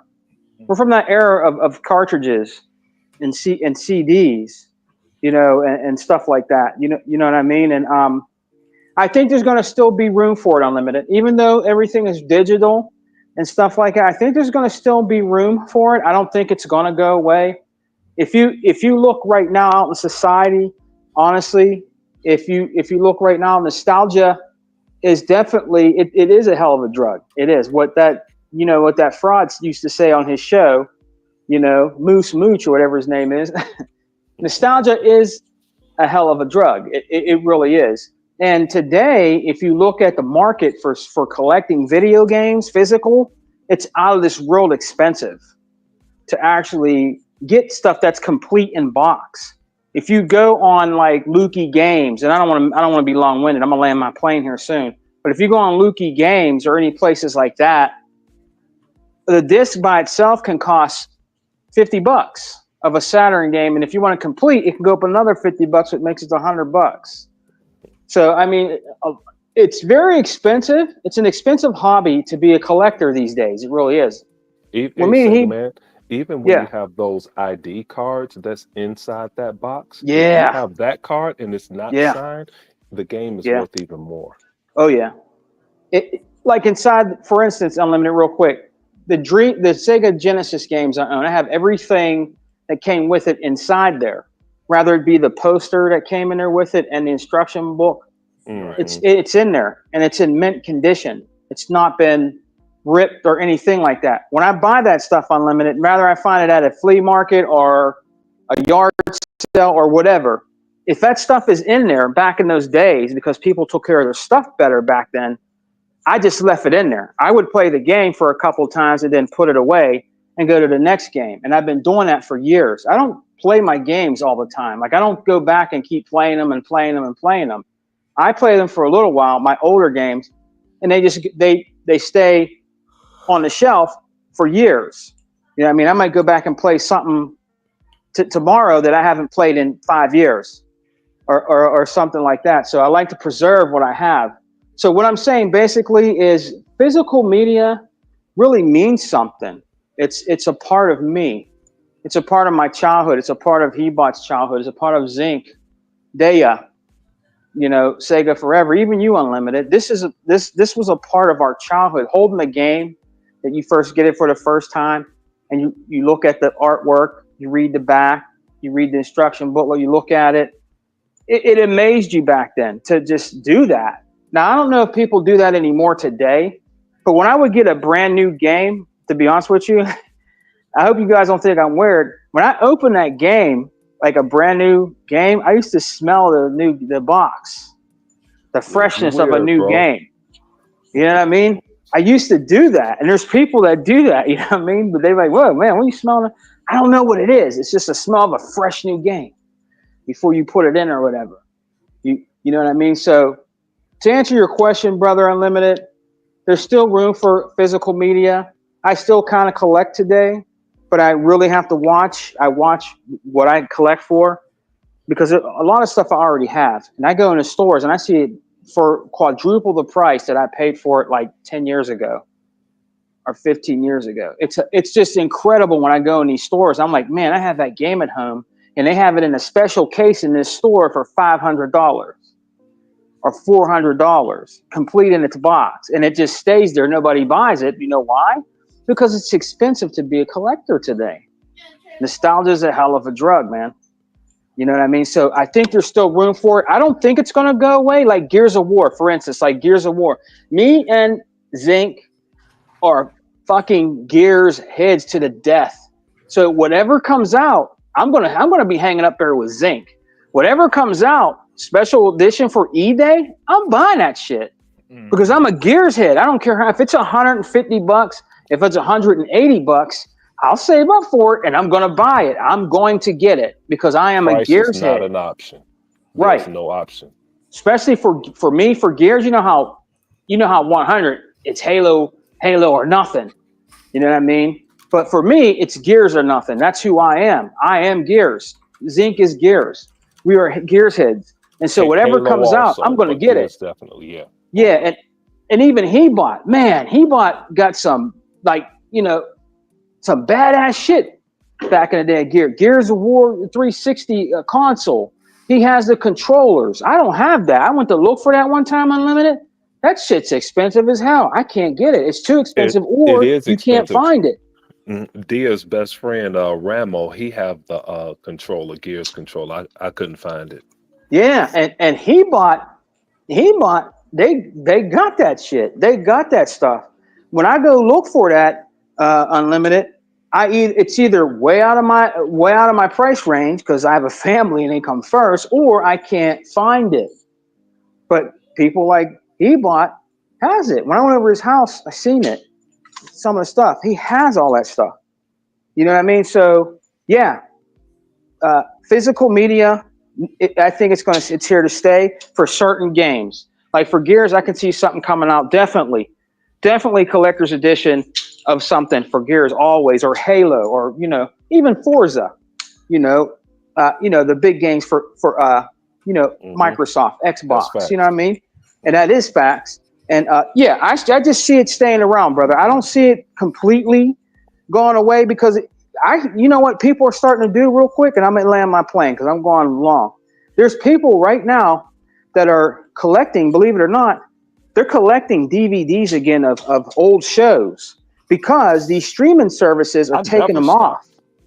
Right, me either. And these streaming services, Zinc, they're taking it off. Like old shows, let's say, for instance, let me give you guys an instance real quick. Let's say Different Strokes.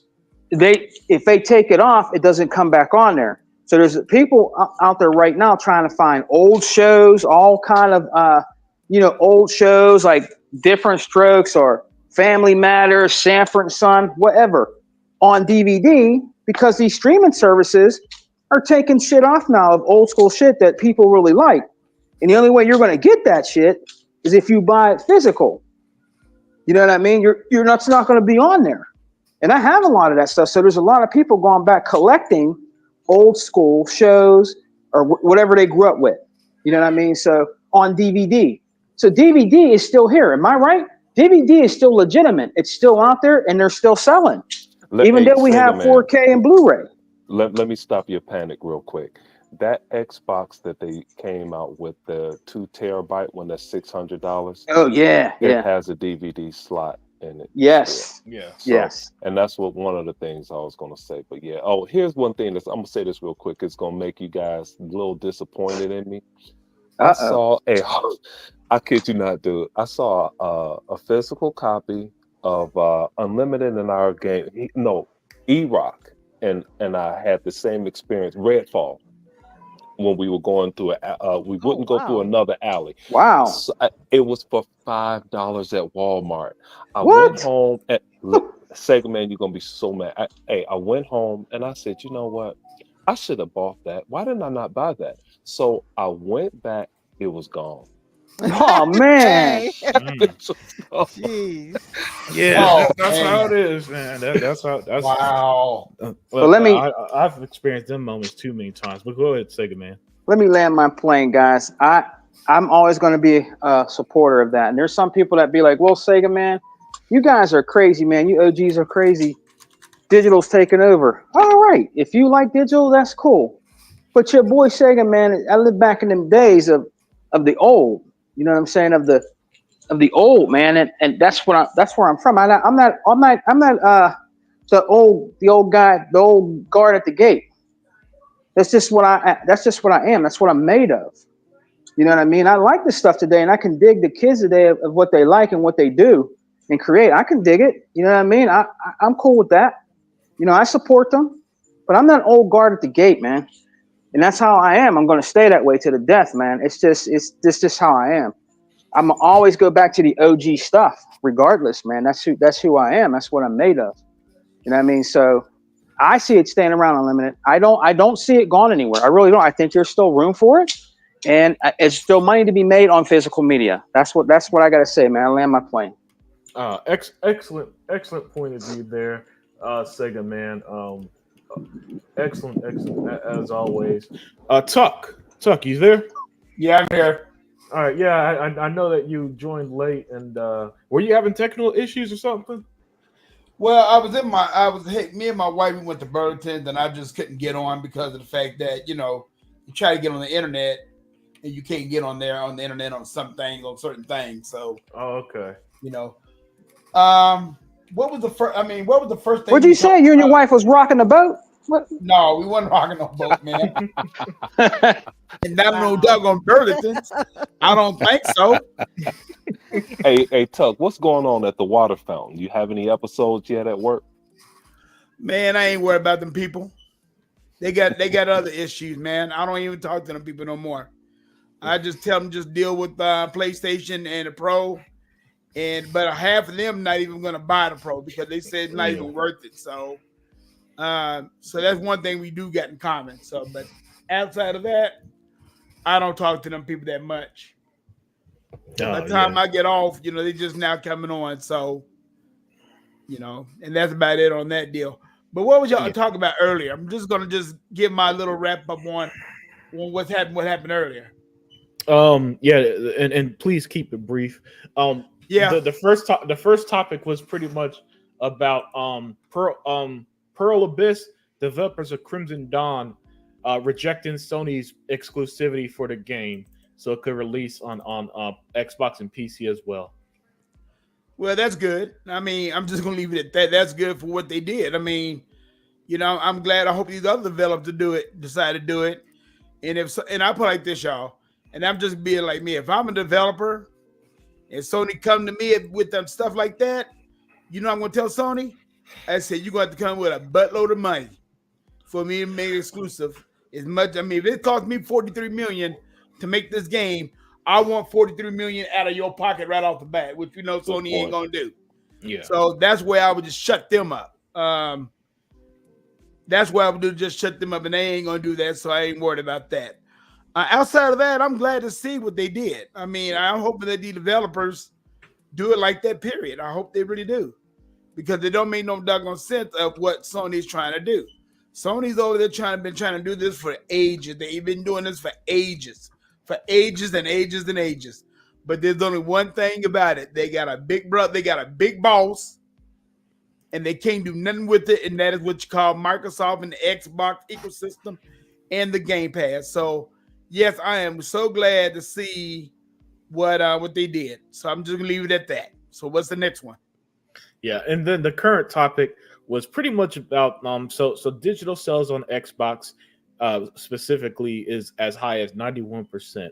And so I was asking, what does this mean for pretty much the future distribution, of Xbox games? You know, would this mean the removal of physical altogether? Will Xbox see catering to the 9% who still buy physical? Would that be worth it? You know, what are your thoughts on that, on the future distribution of Xbox games? Well, let's just put it like this, okay? I'm gonna tell you the truth about the whole doggone matter. It would have been enough for digital and physical, but let's just put it like this. If you buy a game and you trade it into GameStop, you ain't getting no money off that game. So, and they wasn't sharing with the developers. So let's just put it like that. But now the thing about with me is, like, I like physical. I really do like the physical gaming. But I think how they're gonna do this, fellas, I'm not really sure. I think they just gonna have I think Microsoft might just do like collectors, like people who want to, like collectors who want to get like special edition, like Halos, Gears of War, or whatever comes out, and do that physical. Because let's just be frank. If it wasn't because of what GameStop was doing to the developers, and we all knew that they was doing that to developers, and that's the reason why developers is going digital, and that's the reason why Microsoft is going digital too, because of the fact that what GameStop was doing. I mean, I'm like, okay, really, I buy a game for $65, and the game is not even that old, but you're gonna give me 20 for it, or hell, at least $5. meet me halfway. You know what I mean? You know what I mean, Adam Zink? At least meet me halfway. So I'm not gonna blame it all on digital. I'm gonna blame it on some of these people with at GameStop. I mean, and you said something important I want to touch on.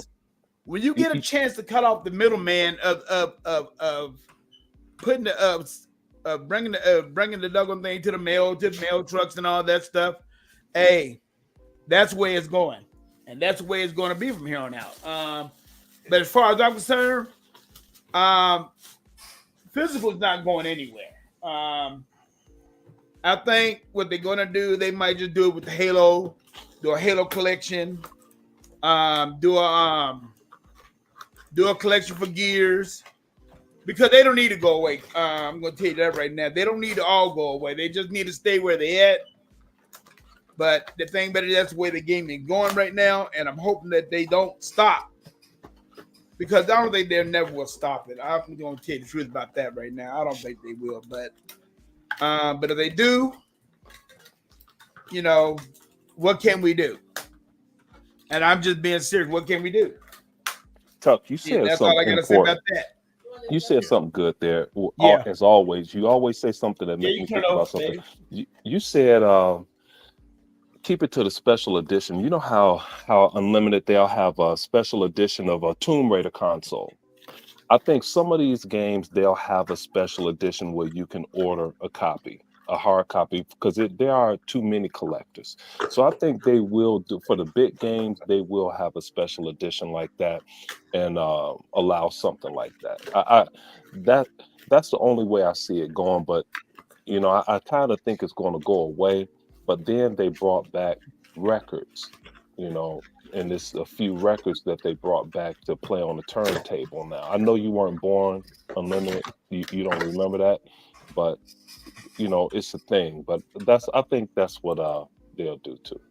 Is keep a special edition to certain games, to the most popular games. Right. Yeah. And that thing too, everything you got to think like this too. I mean, they're doing it for the Indiana Jones, so that's good. They're doing it for the for Indiana Stalker. Jones. That's because Indiana Jones. Really, we grew up with Indiana Jones, so Right, but they're there'll doing be it for people Stalker like too, are they? I'm not sure, but for Indiana Jones, so to speak, that's for Heot, E-Rock, Sega Man, older people that we grew up with that dude, Indiana Jones, Harrison Ford, when he was new. Right. And, and it's for me too because I'm older than all of y'all. So, you can put me in that limit too. I like Indiana Jones. I mean, I think it's gonna be real good. I mean, whatever they decide to do, I'm all for it. Hey, Tuck, hey, real quick, you sound excellent today. Oh, he got a new mic. Terrific. He's got a new mic. Unlimited, he sounds beautiful. Yeah, doesn't he? Yeah, I bought one of those HyperX mics. Those good HyperX mics that come with all the colors and all that stuff. It's a good mic. I mean, I'm glad I bought it. So, but no, the thing about it is, fellas. I mean, I think physical games not going anywhere. I think physical games would have still been good if GameStop wouldn't have been so doggone doggish. I mean, I'll just put it like that to you. They was doggish. They didn't want to give developers no money. Off, and I really don't kind of like blame them. But I do blame because they could have gave the developers some money because that is their game that they're selling. But for them to screw the fans over, that's where I'm getting at for what they did with the fans. They screwed the fans over big time. You can go in there with a game for $65, they're gonna give you 20 for it. I mean, come on, y'all. So when it comes down to that, I don't have any problem with what they're doing. None. I don't have any problem with what they're doing with digital because people's getting tired of getting screwed by GameStop. Yeah. And that's the only place where you can trade games. I don't know anywhere else where you can trade games besides you going to a collector. But outside of that, that's it. And matter of fact, that controller that Heot was talking about, that Gears of War controller. Mm-hmm. Oh yeah, I'm with him on that because heck, I was on I see people selling that controller on eBay, on Amazon. No, Amazon for like $350. Yeah, I'm like, no way. Don't get me wrong. I like collecting, but I'm not gonna. No. That ain't gonna work. I'm sorry. But other than that, that's really all I got to say about that, fellas. Excellent stuff there, Tuck. Daya. Daya, you still there? Yep, I'm here. All right. All right. So E-Rock just popped in. E-Rock, what's up? Oh, hey. E-Rock. So yeah, right now I got the free version. So it only allows 6 people, and I didn't think about this earlier. So what I'm gonna do is I'm gonna rotate y'all. Off. All right. I should be at my mother's house anyway, and it's apropos that E-Rock jumps in because I gave my mother Taco Bell so she wouldn't bother me today. Yeah, because E-Rock in here is bullshit. Yeah, but because StreamYard is $45 a month if you pay for it, and that's I ain't okay. paying for that bullshit. Hey man, look, I'll jump off. I want to hear Dia talk, and I'm gonna drive my ass down the street. Hey man, I'm glad to hear from everybody, man. I needed this break, dude. This shit has been it was great. It was great having you back, man. Yeah. Hey man, I'll tune it's always in, great man. having you back, man. Facts. Peace, Good brother to hear Zink. from you. All right, man. Y'all stay up. All Peace, Zink. Hey, Peace. but Unlimited. What's up? I'm gonna put my pretty face on the screen right quick. I just got through buying this brand new Godzilla. That's the I just got through buying this brand new Godzilla CD holder. Oh, that's for dope. my Xbox Series X. Which one puts this screen on full screen?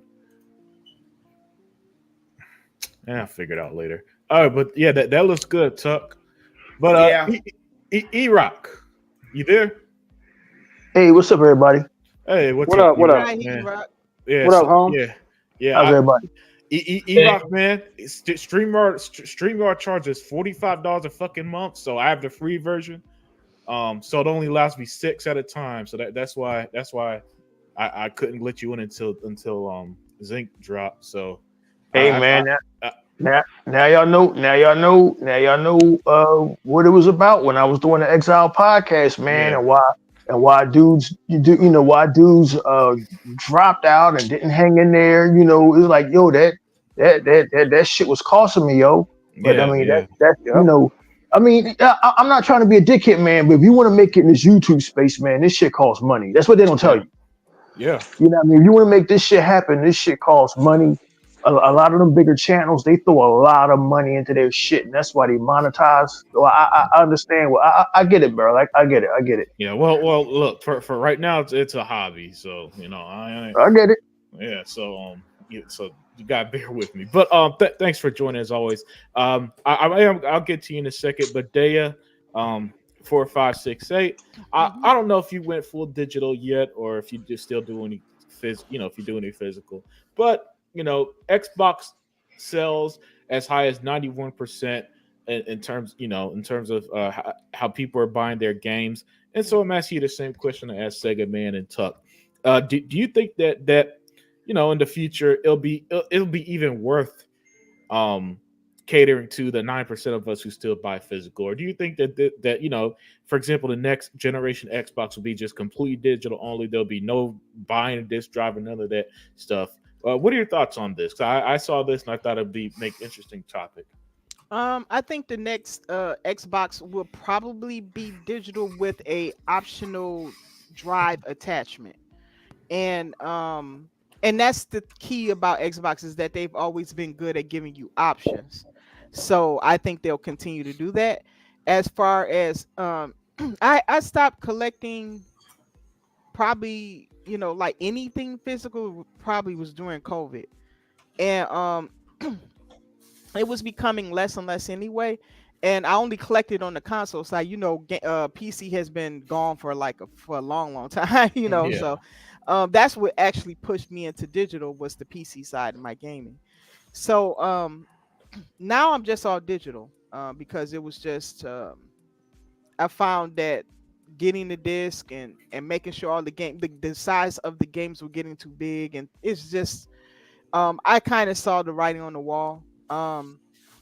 But what I believe we absolutely need to do is actually what this the title in this article is saying, is that it should have been discussed, but we definitely need to talk about digital licensing and having an option to own your game, at least own it, instead of just licensing the game, so that way, if you wanted to pass the license on or something like that, like if you get this code, your game is tied to that code, so you can kind of treat it like a physical model or something like that. But I think that the reason why it's important is because the gaming companies and stuff like that host servers and different, they're not leaving us with much of a choice.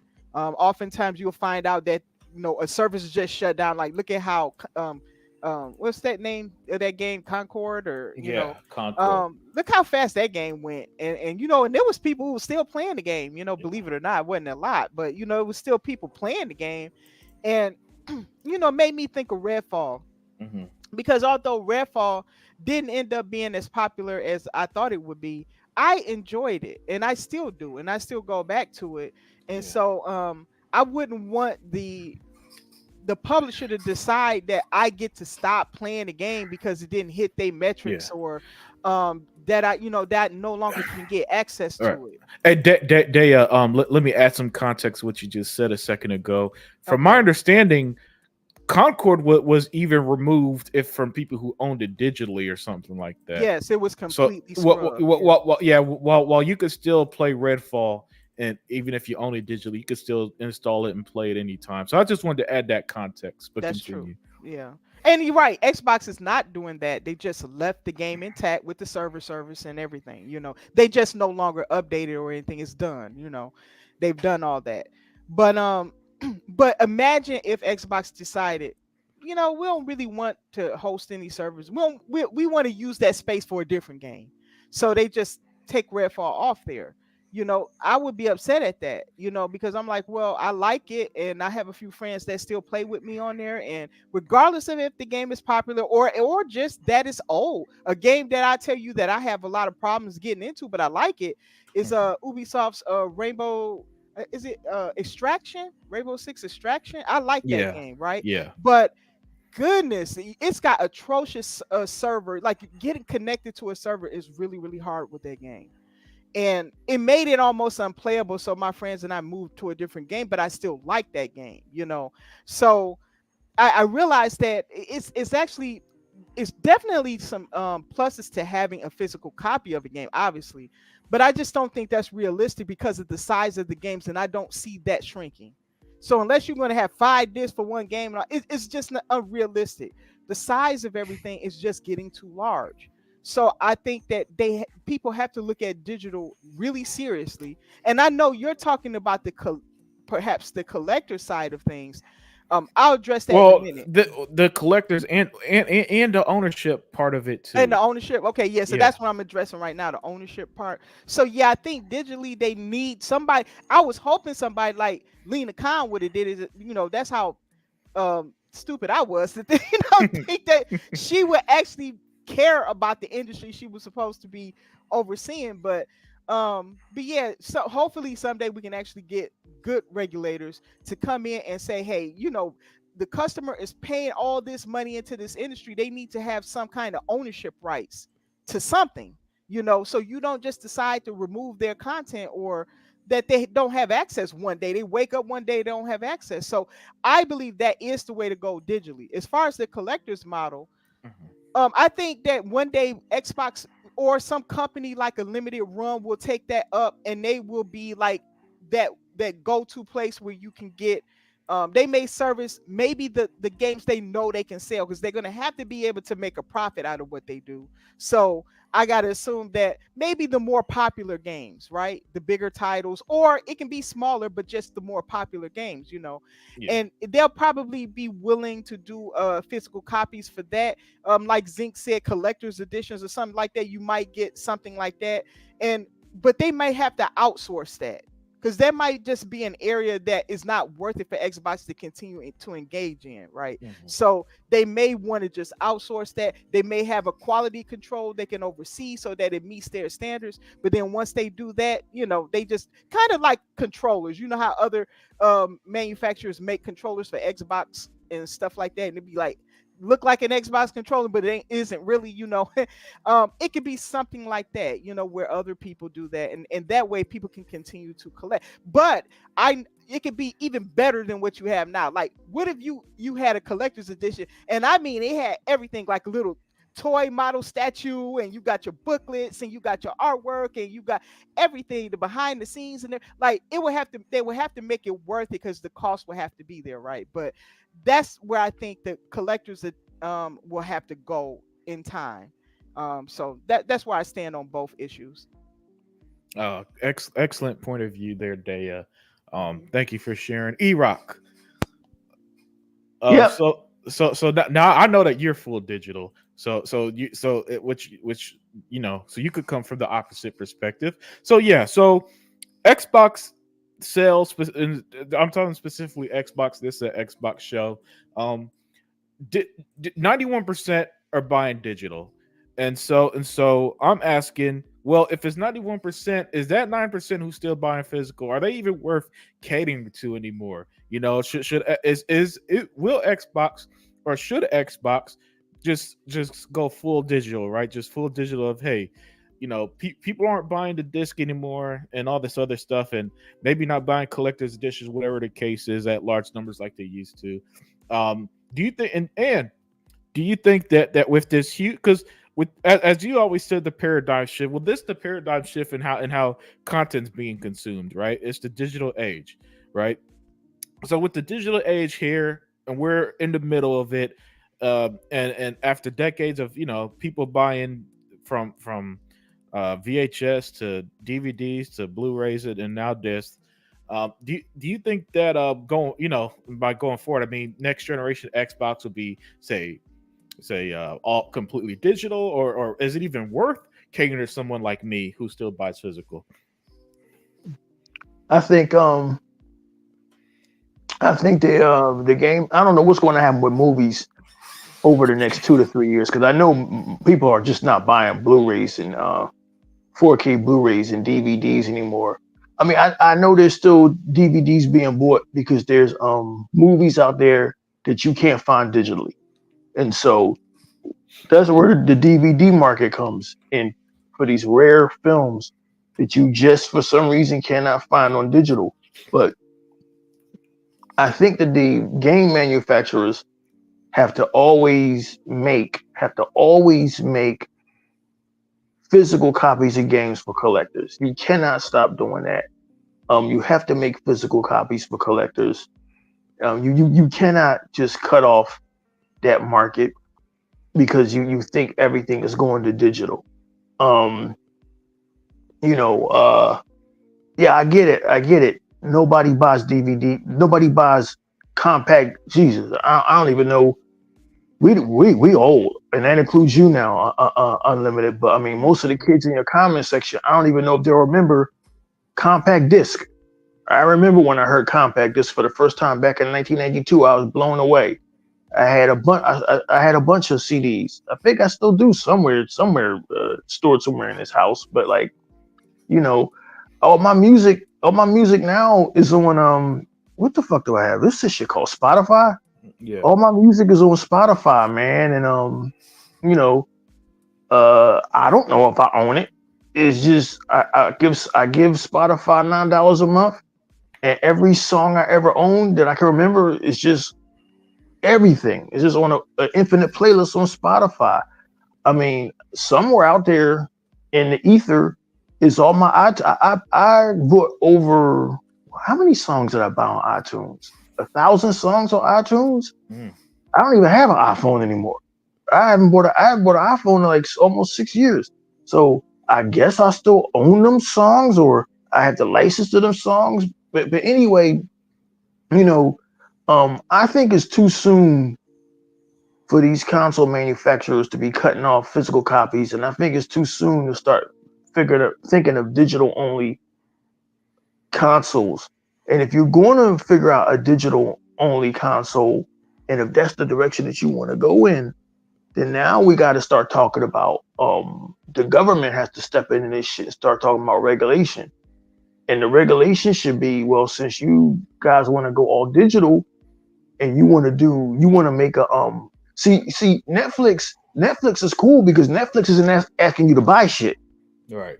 Microsoft Windows and TV did ask me to buy. They didn't ask me to buy anything. I chose to buy 1,000 movies and TV shows from Microsoft movies and television because I fell in love with the concept, and I understood going in halfway that I just owned the license to view this shit. I didn't own those movies. It's impractical for me to store 1,000 DVDs in my house. I hate clutter. I hate a bunch of discs laying around. And so digital was an option for me. Digital is an option for people with small apartments or people who hate clutter. But I think, at some point, if these guys are going to talk about an all digital console, there now has to be regulation to say, okay, well, if Dia buys Indiana Jones digitally, she owns it. If she paid $70 for it, then she owns it. That's the end of it. She owns it. And as long as she can log into her Xbox account or her PSN account or her Amazon account, you own it. Like I bought a lot of shit from Amazon, a lot of movies. I don't know whether I own it or not. I guess I have the license to own it, but this was shit I bought years ago. and forgot about, but it's in my collection. So everybody, if this is where we're going, everybody's got to get regulated. Amazon Prime got to get regulated because Amazon Prime is selling stuff. Xbox has to be regulated. PlayStation has to be regulated. Nintendo has to be regulated. Anybody that sells anything digitally, you can no longer just sell us this shit digitally and just yank it from us because of licensing snafu. I remember a couple of years ago, man, this was like 2 or 3 years ago. I like to go through my collection because every month, I watch movie marathons per month. Like, October will obviously be Halloween movies. Yeah. For a while, November was James Bond and the Harry Potter movies. December's Christmas shit, obviously. And I got all my shit alphabetized, and my collection is just fucking crazy because I'm a cinephile. But I noticed, in the summertime, like August, that's I call that month back to the 70s. I watch all 70s shit. So I'm like, yo, man, where the fuck is Smokey and the Bandit? Smokey and the Bandit was just gone. It just disappeared. I didn't call Microsoft or no shit like that. I just thought it was odd that I knew I bought it, but it was just gone. Right. And so I found out that it was something happened with the licensing and they had to take it off of the store. They put it back on, but like it was just weird that they could just yank that shit away like that. And I think the same thing happened to people. I don't know whether it was on the PlayStation Network or whoever. They had bought a bunch of Discovery programming, and the Discovery programming was just yanked. Yeah. So if you're going to go into an all digital future, Xbox, PlayStation, Amazon, there now has to be regulation. Microsoft has to figure out a way where I own all 1,000 of my games, all 1,000 of my movies. You just can't take the shit from me. Like all of that shit about, well, you should have read the fine print. You signed a license to view that material. You signed a license to play that game. Well, now that you guys are going all digital, that shit don't fly no more, right?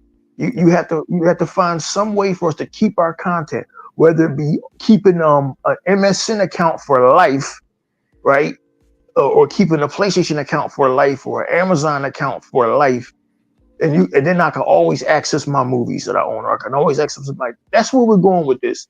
But I don't think you should be cutting off. I don't think you should be cutting off physical.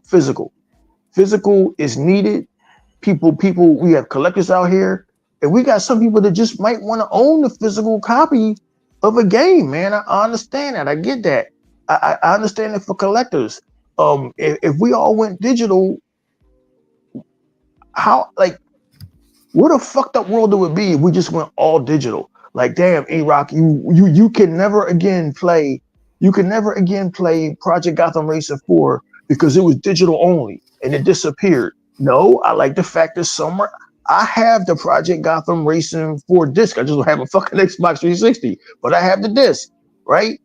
So I kept those discs. I kept the disc of NFL 2K5, right? Because that game was historically significant. It was the last great fucking football game.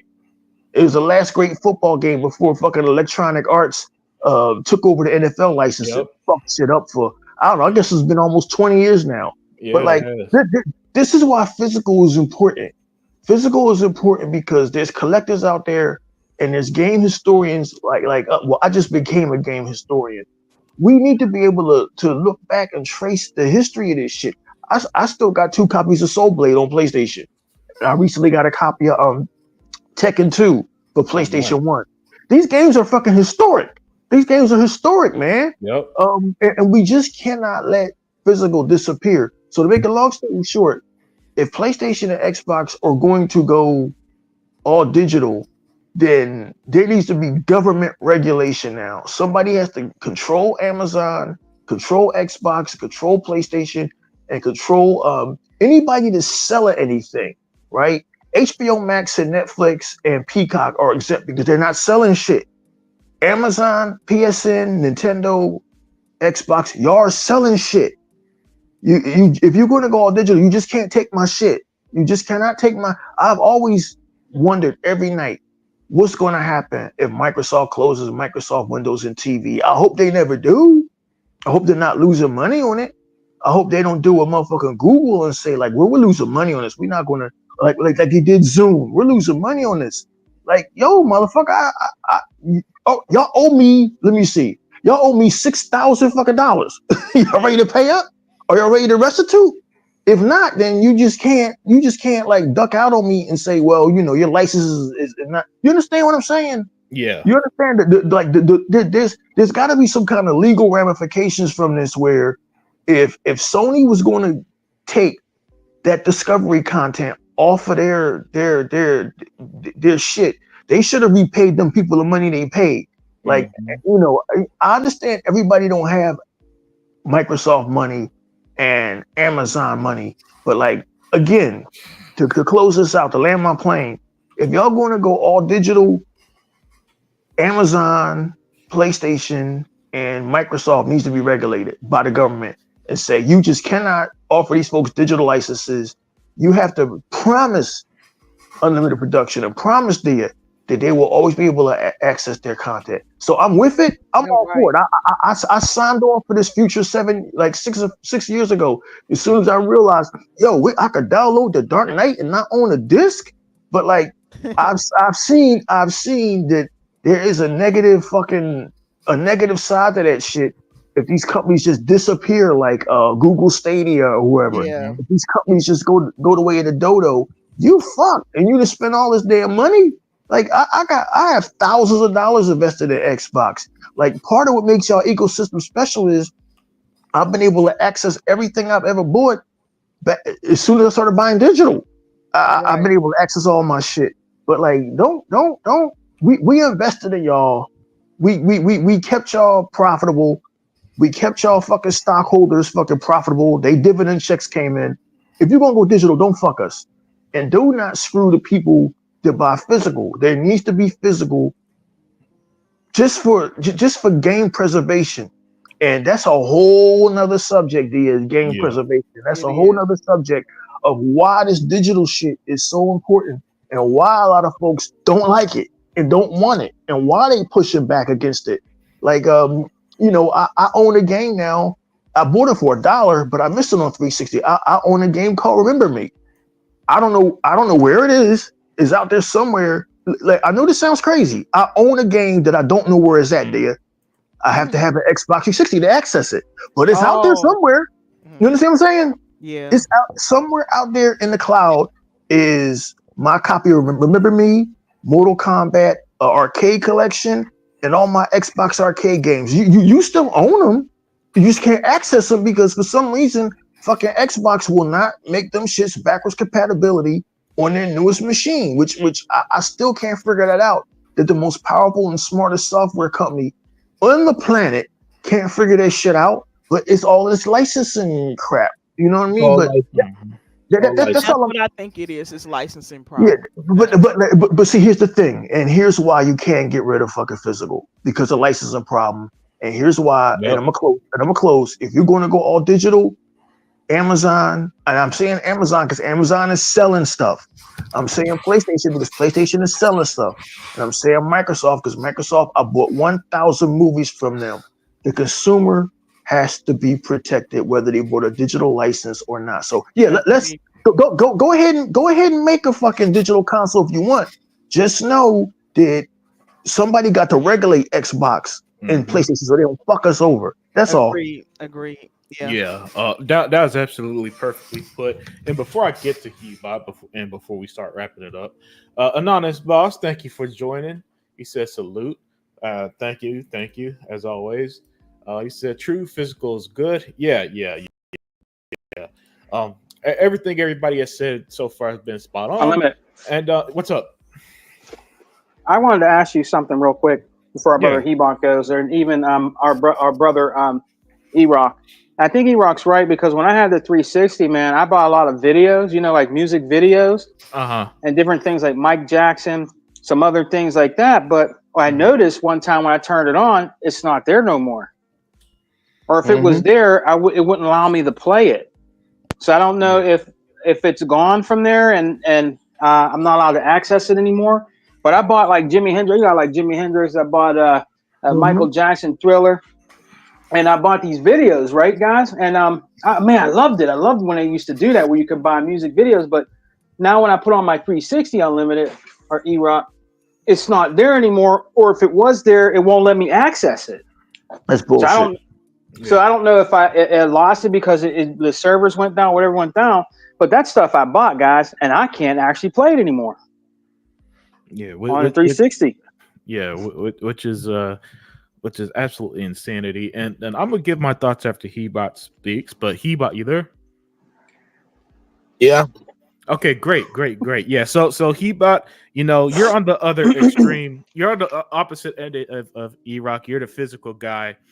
You're the one guy that I know with certainty. You and Sega Man own more physical games than me, and so I'd like to get your thoughts on this. So Xbox game sales 91%, which means that me and Sega Man, we're part of this lowly 9% that are still out here buying the disc, you know what I'm saying, buying the collector's editions and all this other stuff, right?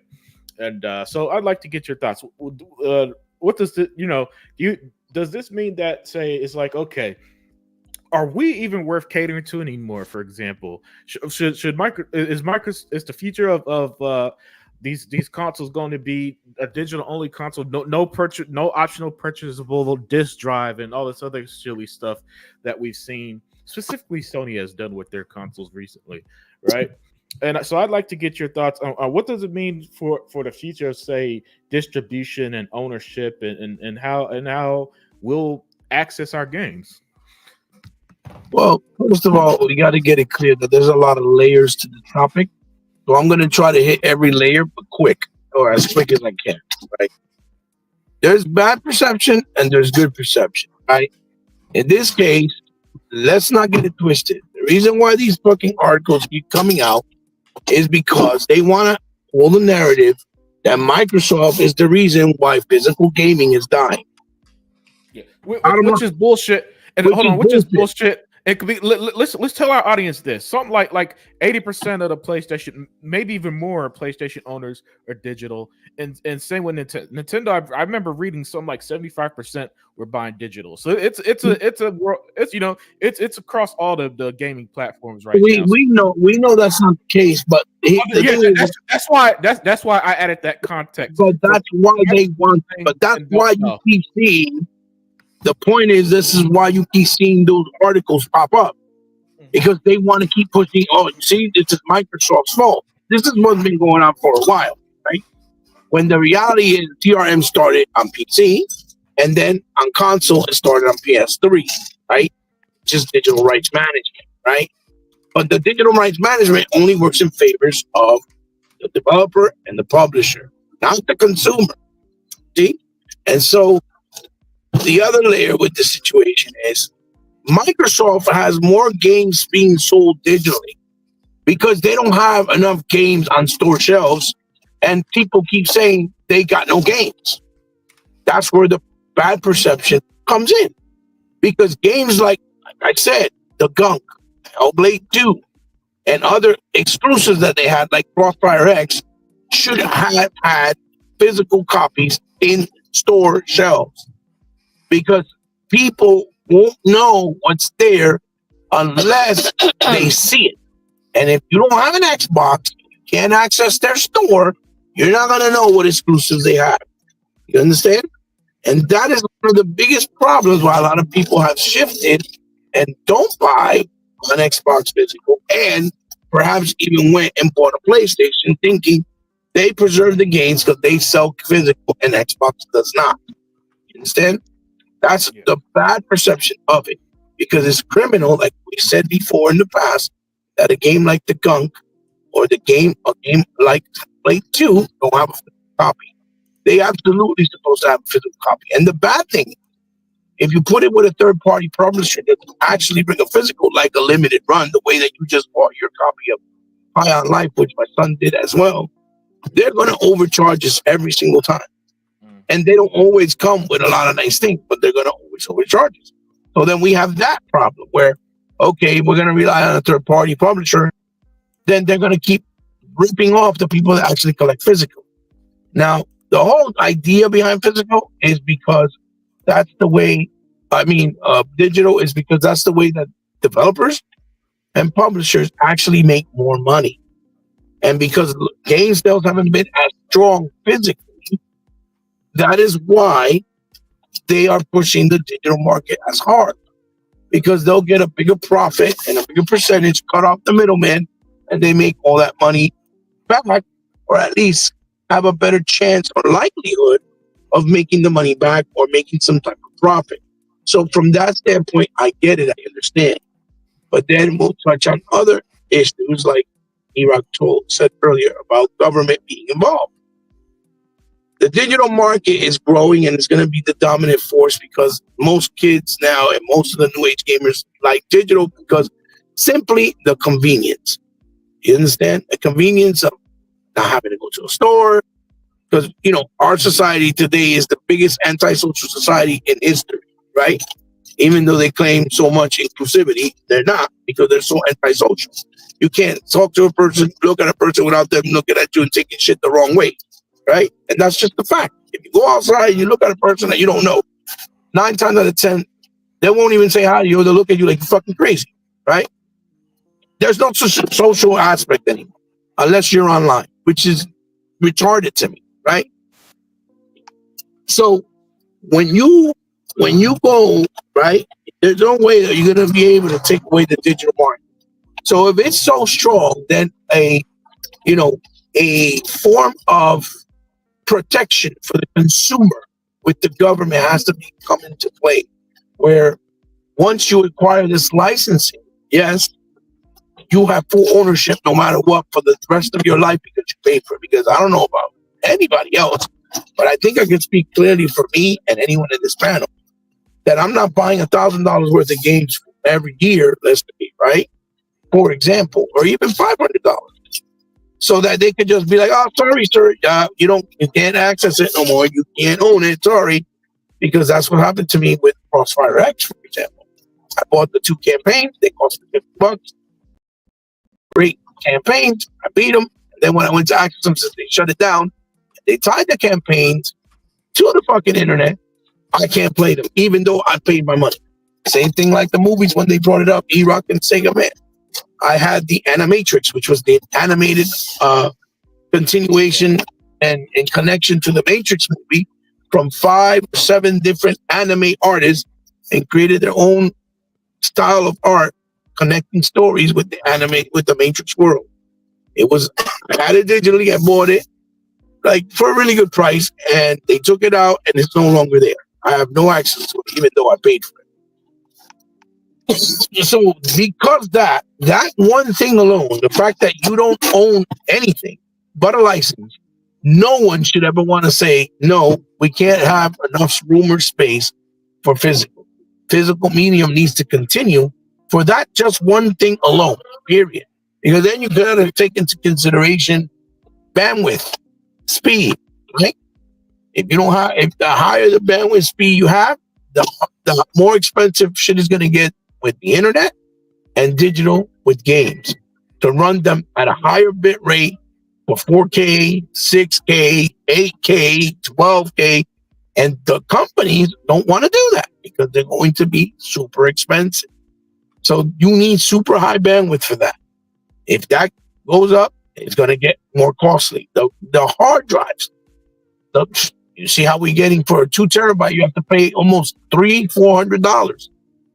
I don't want to pay $300 just to have extra space. I'm sorry. Listen, the disc, there's plenty of discs out there where you can use compression and they have more space that they don't even bring out in the market, and they use them in the 4K space and for other media.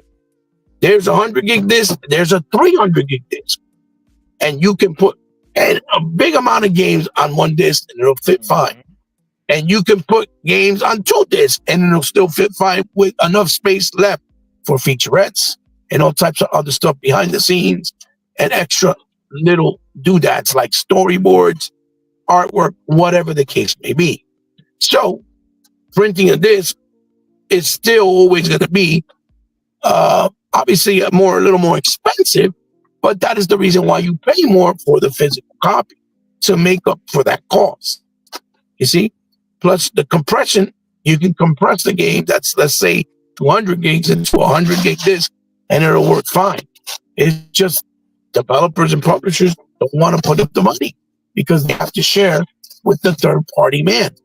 But if we're paying for a game as consumers, if I'm paying $80 for a game digital and I'm paying $80 for a game physical, then we need to be protected no matter what. There is I forgot the name of the bill that it was during the Donald Trump administration. They passed a bill for music, right? Well, you know how a lot of people were pirating stuff, and now that's why we have Spotify and we have all these things that people would just steal the musicians' money when they brought out an album day one, and they would lose sales, right? So the bill was to anybody that downloaded from any site and any site that allowed it, they had to pay royalties to the actual singers and musicians. And it went through. And because of that, now these musicians and artists are making money and not losing, which is a good thing. And that is why you have now things like Spotify and other areas that are making money, but they also got to pay the artists. But that type of protection has to be done and conformed with consumers when it comes to games. Because CDs used to cost maybe $12, $15. The game is $80, $70. There was a time with the 64, games were $90 and $100, right? Even with the Neo Geo. So games have always been expensive because of the work that goes to it, the cost of making games, the time it takes to generate them. It takes 2, 3, 4 years. So we get it. But it's the same way that you got to protect the developers and publishers, you also got to protect the consumer, because without us, you're not going to make no money. And it's the consumers that keep the industry alive. Because if we stop buying shit, they're going to go away. There ain't going to be no gaming industry. So the respect has to stay there. And I think Phil has been very clear that they will continue supporting physical and digital. That's why they're doing 2 versions of consoles with the tray and without. And I think if they want to play it on the safe side to not maybe lose, I hit a good point earlier. They should consider maybe not next console, but the console after. You still have the ability to buy physical, get a tray separate, connect it. And for those who want the physical, pay the extra money. And that.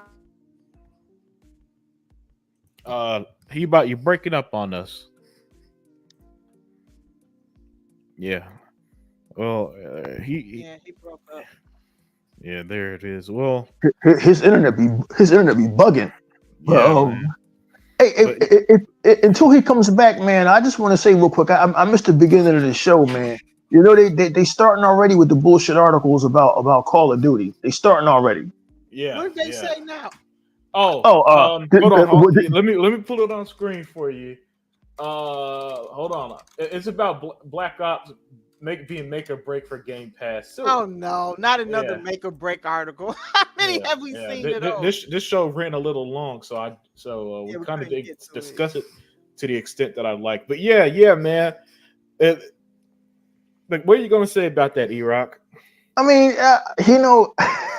these guys, they're just relentless, man. They're just relentless. But you know, the good news about this game is shit, man. Eventually, all of these motherfucking Xbox haters, they're all going to fail. They're all going to lose. You know, P. Diddy used to say, "Can't stop, won't stop." Well, that nigga stopped. So sooner or later, that nigga stopped. So sooner or later, all of these bullshit journalists and all of these corny ass Xbox haters are going to stop. They would not be saying Call of Duty's make or break if it wasn't on Xbox. I mean, they hate us, man. They hate us. Because not only are we getting Call of Duty, I think tomorrow we're getting it for free with our Game Pass subscription. Yeah, look, man. I didn't tell y'all to buy a fucking PlayStation. I didn't tell y'all to fall for all that bullshit hype over there. It is what it is. The fuck y'all mad at us for? But they just don't want us to enjoy nothing. They don't want us to enjoy shit. Hey, this is a no. You guys able to hear me? Oh yeah. One second, Heot. I'll let you finish a second. But I gotta address Varun Kai Spy, man. He said that's the pony math. They think Sony will get more money. Yeah, man. They legitimately believe that if Call of Duty sells more on PlayStation than Xbox due to the game being on Game Pass, that somehow Sony's gonna get more money. No, they're not. More money than Xbox. No, they're not. Those are the people that's why I don't. That's why dumbasses. Yeah, yo, Sega man. That's why that's why this stuff has become conny to me, man. Because that's what they really believe without the slightest hint of irony. Wow. They have no concept of the fact that the company that owns the IP and owns the game gets the lion's share of the money. That's They don't. right. Right. Wow. Wow.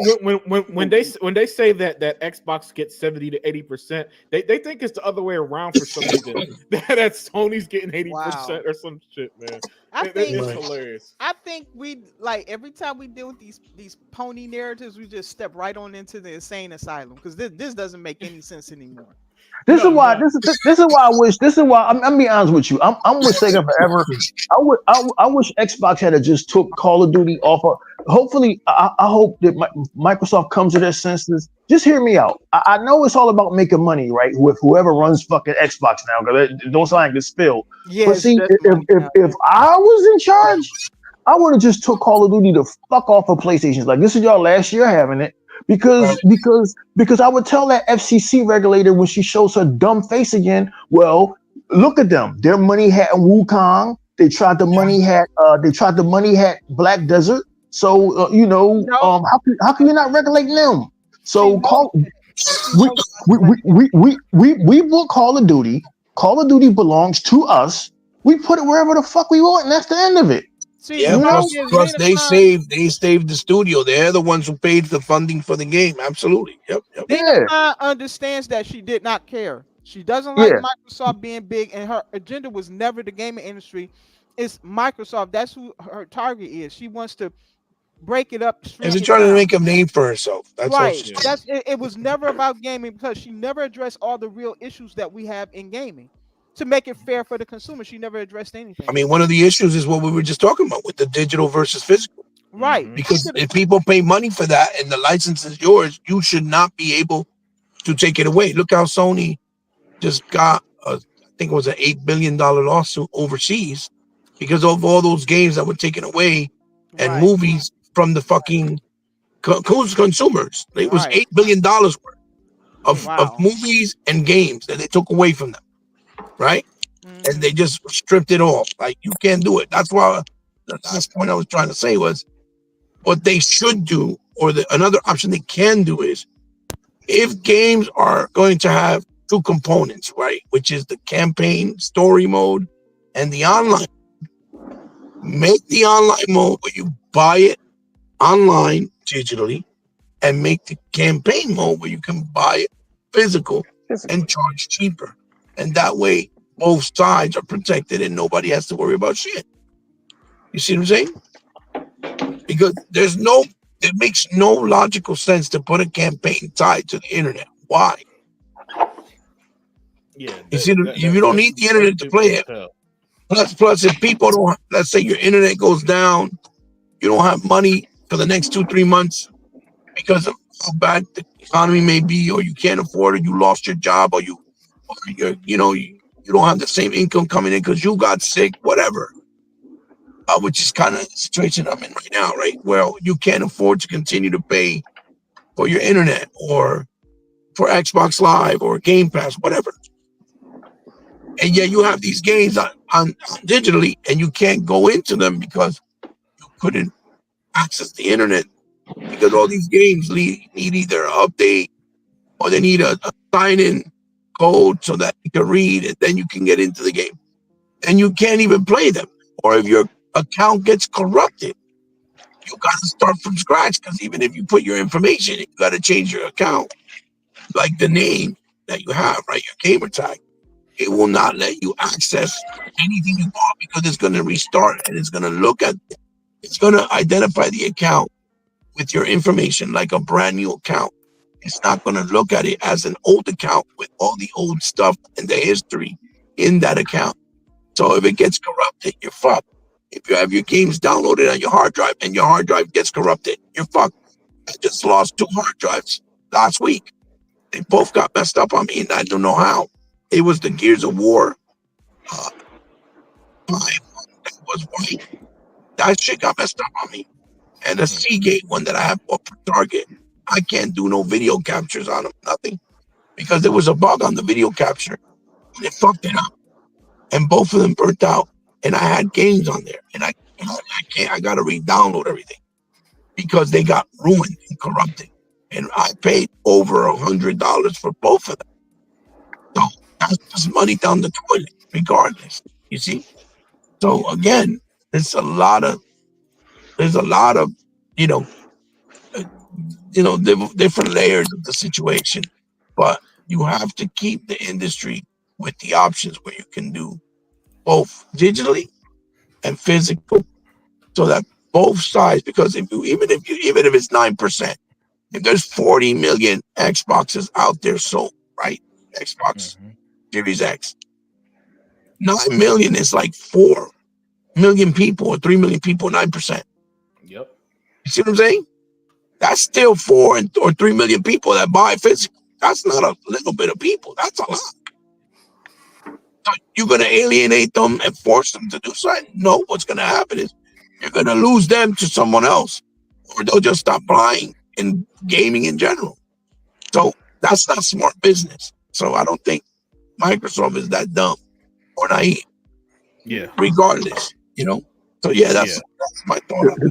The crazy thing is the three of y'all, Unlimited Production, Heot, and Sega Man, is sitting on a fucking gold mine, according to what I seen on Amazon. Go on Amazon and look for a copy of Parappa the Rapper. They want $90,000 for that shit. Yeah. Y'all guys, imagine somebody calling Unlimited Production like, "Yo, man, you got a copy of Remember Me?" "Sure, I do." $700, bitch, cough it up. And these, and for nostalgia's sake, these dudes will pay. Like, yo, man, it's plenty of times I thought to myself, yo, damn, boy, if I live this next to Sega Man, I got to debate whether I'm gonna rob this nigga or not. Yo,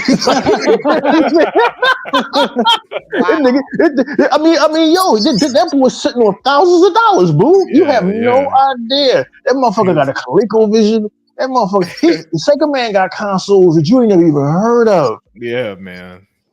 Dude, he got I remember he did a video on the Odyssey 2. Odyssey 2, yeah. And I was like, what the fuck is the Odyssey 2? I watched it. I didn't even know what that was, man. You got the 3DO? Yeah.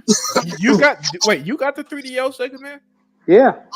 Oh shit. I have a Panasonic Turbo Graphics, fucking Atari Jaguar, the Panasonic 3DO, the Philips CDI, Atari Lynx. I still got the 3DO myself. In television. Oh wow. In television. You got a ColecoVision? You have a 3DO Unlimited? No. Is that Tuck? Tuck said he did. Yeah, Tuck got it. 3DO. Yeah. You still got it? Wow. Yeah, I still got it. I've told y'all this before. My old I used to have a Sega Man like retro collection. Even as far back as the Intellivision. But I got my shit got stolen over a decade ago, and I literally had to start over with the Xbox One generation. Limited. I also got that too. I got the Intellivision too. Yeah. Dude, I got nice. the television. I got the 3DO. I got the Atari 5200. Still got them. Yeah. Back then, all that stuff was affordable.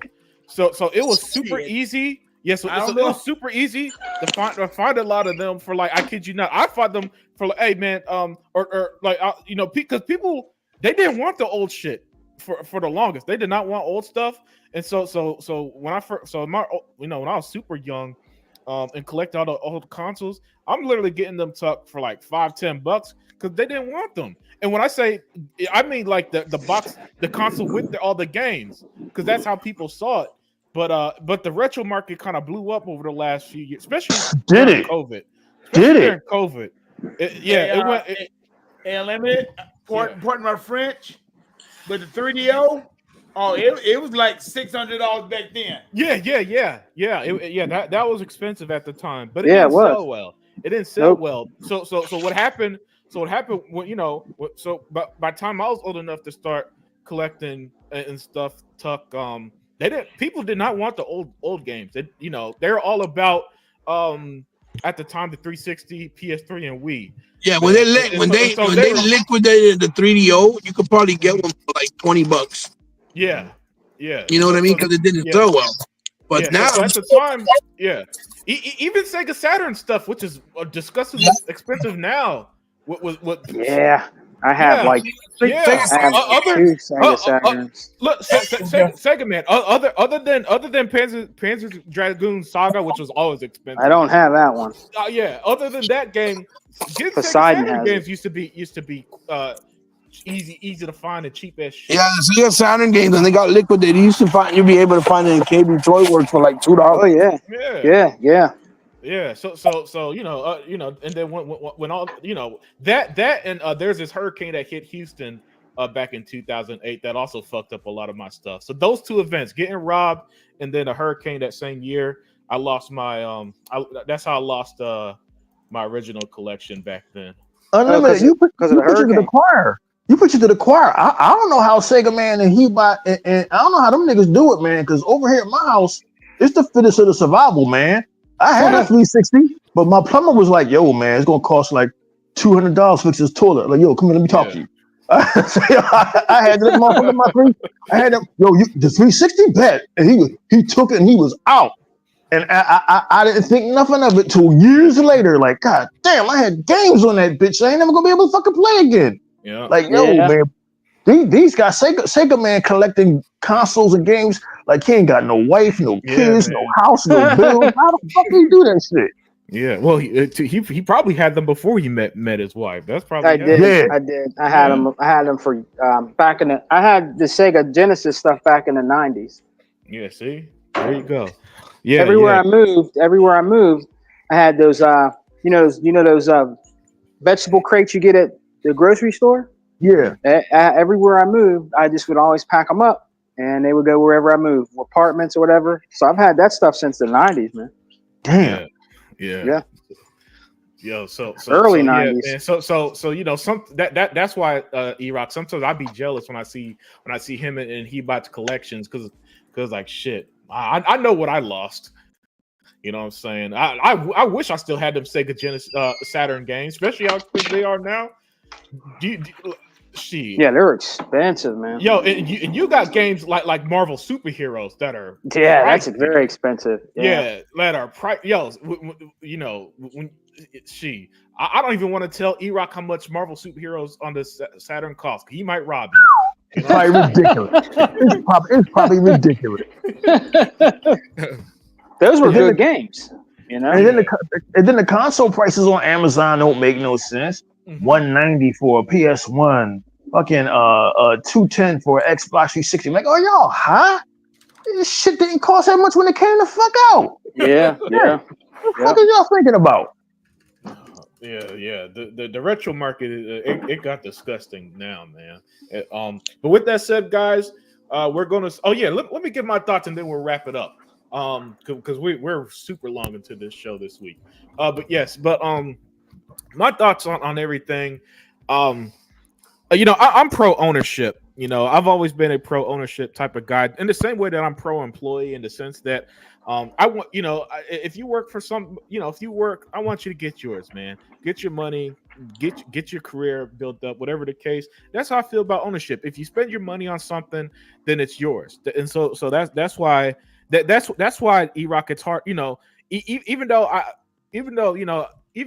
though sometimes I do have limited space and it's annoying as hell to move shit around to fit some stuff, a part of me just can't let that go. I get it. And I'm not anti-digital by any stretch of the imagination, or else I wouldn't buy digital games, which is just foolish. Because there are a lot of games that are only available digital. And I'll add this: the only reason why we could play them now or access them now is because it's digital.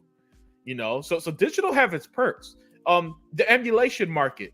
You know what I'm saying? Emulation that a lot of people have done for games that we can't buy anymore, we can't find anymore, or that are disgustingly expensive. So I'm not anti-digital. It's just that when it comes to stuff like this, I'm like, and even after, and this something that I do think should be fought for is how digital content is owned. Because I don't know, it just doesn't sit right with me that if you spend that if let's say E-Rock, me and you, we see a horror, the latest Halloween movie or something, right? Or something like Midsummer that studio we like. Phenomenal movie.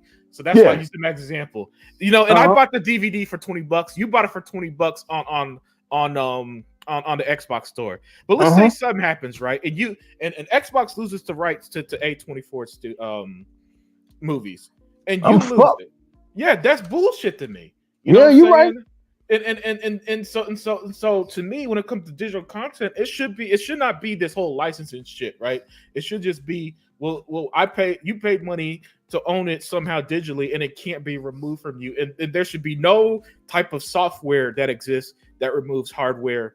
You know what I'm saying? From whatever store you bought it from. Hell, I'd go a step further. Since everything wants to put their products everywhere, your digital content should move with you wherever you go.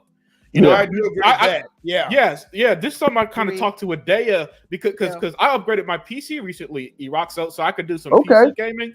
So I've noticed that with my digital games, only 50 digital games I bought on the Xbox store translated to being playable on the PC if I didn't have Game Pass.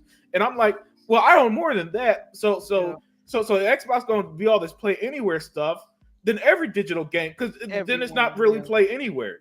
So I'll go that far. I say if you own digital content, it should go with you wherever you go, wherever you want. You know what I'm saying? There should be no locked. It should not be locked to. You know what I'm saying? If so, I hope I'm making sense with that point of view. That's how far I'd go with it. And that's kind of my worry a bit. Since here's the thing. And this is why I used to tell the Madden fans who think Madden's going to change. Like, no, guys, a generation of people grew up on modern Madden. They generally like it. That we're reached a point, Erock, Sega, Man, and Dea, where a generation of gamers have only known digital, or at least known digital as the main source of buying games. Yep, so it's so ingrained into modern gaming culture that it's not something that you're ever going to go back to. So my thing is like, all right, so since this is the new standard quo for in terms of Xbox, literally 91% of the gamers, let's switch up how the ownership works. Let's add actual ownership to it. You know what I'm saying? We've all been indoctrinated to digital since 2008, and some of us like the convenience, like myself. But now, the government's beginning to realize, well, you guys aren't protected. Somebody got to regulate these fucking guys for the very reason you mentioned about them taking Midsummer away from me. Like, no, you can't. You shouldn't be able to do that.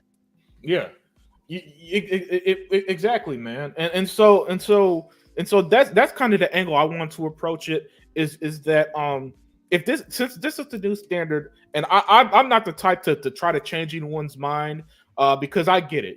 There's the reason why I fucking buy physical is because that's how I've always bought it, and so I'm not out here willing to change either. So I don't expect others to just try to change to a different philosophy. That's not realistic, and it's not going to happen. But since people have made the jump, all right, let's go to the next step. And the next step is, all right, how do we protect the consumer? Because at the end of the day, we're more important.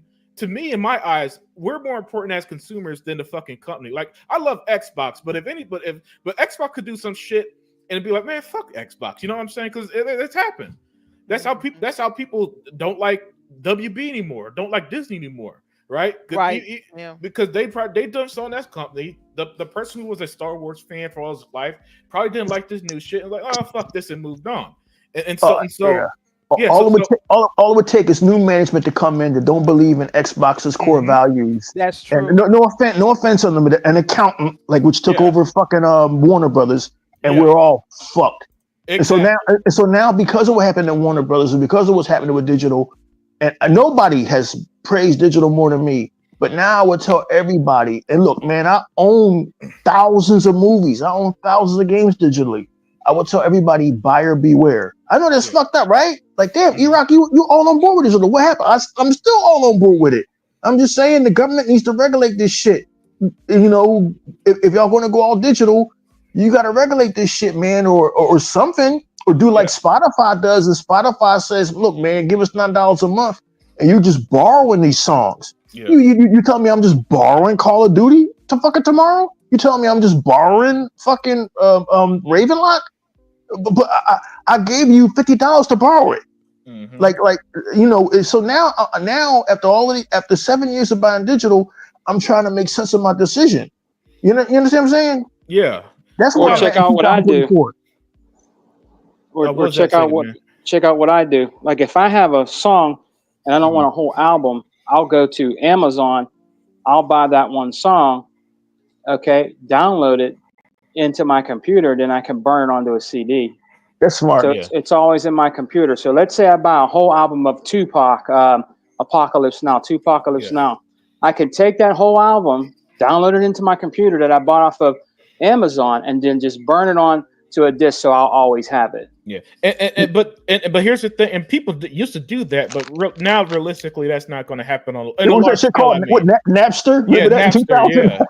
2000? Yeah. Now, Sega man, and that's good. You do it specifically, but it's kind of like how we're the 9% that buy physical on Xbox. It's like on a mass scale, it's something that's not going to happen. So that's why I'm. And by the way, I think that there's and feel free to correct me, Dea. I think that on the PC, one of the services, GOG, I think that they allow you to own GOG. Good old games, yeah. Okay, that's what it means. So I think that they allow you to own, like you own it yes, as much as you can with digital DRM free content. All their games on there. Yeah. Yeah. So that maybe that's the next evolution to it on and even on doing that on console. But whatever the case is, we've reached that crescendo where now that the paradigm shift that E-Rock has always talked about has happened.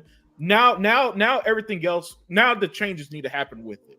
You know, it's not good enough that we've changed to this digital world. Now the way that ownership works needs to change, and how we purchase it, where we purchase it, and where we keep it. Because again, and that's why all this cloud stuff is super popular now. It's not practical to own terabytes upon terabytes of video games, music, or movies. For most people, it just isn't. You ever try to buy a 50 terabyte hard drive? The thing's thousands of fucking dollars. Nobody buys that shit except for unless you run a business or something. So that's my overall point here, and why I want to have this discussion, and why everybody here brought different perspectives that were excellently put. You know, it's because I see where we're heading. I think y'all see where we're heading, and you know. It's people like E-Rock and I'm assuming Dea have bought into where we're at. You know what I'm saying? Yeah. And well, you had no choice on PC. You just no choice. Yeah, exactly. You know, and which you know that's a discussion there. But so that's overall. Yeah, I know. He said you need a 9090 to have DRM. Oh shoot. Yeah. So yeah. So I want to make one last point before we wrapped it up, but my mind kind of escaped me there. Oh, sorry, I'm so sorry. Oh no, you good, you good. But yeah, Varun Kai, what he said about how they want the hated 2013 thing that Microsoft was doing. Oh yeah. What's that? It's funny. You remember how they hated what about what Xbox was going to do in 2013? Yeah, you could share one game across 10 platforms or something like that, or 10 friends. Yeah, Xbox tried to get ahead of that. And You know, and you know what? Sometimes the consumer's their own worst enemy, man. That's you know, you know. So, but that's hell. I now understand the phrase. You got to protect people from themselves, because sometimes you got to do that even with the consumer. You know what I'm saying? Because that's where we're at now. There's no going back. I'm hoping that people like me and Sega Man and Heot aren't pushed out in the sense that at least have them at least even if I could only buy a physical copy on like Amazon or something like that, or online stores, fine. It won't be ideal, but at least it's something I could still buy. Because I've noticed this trend that happened this year, right? Now, you know, I'll buy a game and like Star Wars Outlaws, Star Wars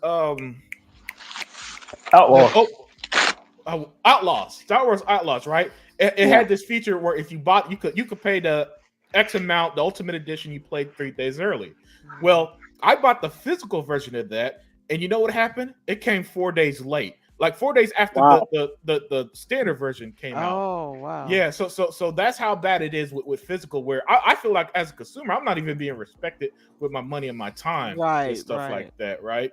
But you know, and this is what I want to say, because I gotta say this to us physical guys. Physical content doesn't last forever either, because the batteries and cartridges could tend to die, and most people don't have the access to replace that. There's something called disk rot where it's potentially the content on the disc could literally rot to where it's gone forever. There's no way to get it back. So even physical, that's why E-Rock, I said I'm not completely against digital, because the benefits of digital is like, well, if a disc, you know, if somebody don't take care of their disc or their cartridges or whatever the case is, the only way to access that super old 50-year-old game for some of them is going to be through emulation, right? And stuff like that. So we need that balance. So we need that balance. We need my overall theme is that one, ownership, two, accessibility, right? And we need to maintain that as best as possible. We can't get rid of one or the other. That's right. Because the consequences of losing either one is going to be devastating. But what tends to happen is that people tend to cheer one side going away and don't realize the consequences until it's too late. And I don't want that to happen in the game.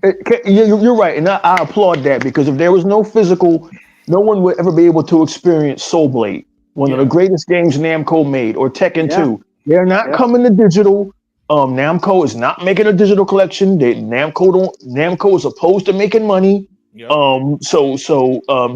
it wasn't for physical and guys like you keeping physical alive, we would lose 80% of gaming history, and we're supposed to be preserving gaming, not getting rid of it.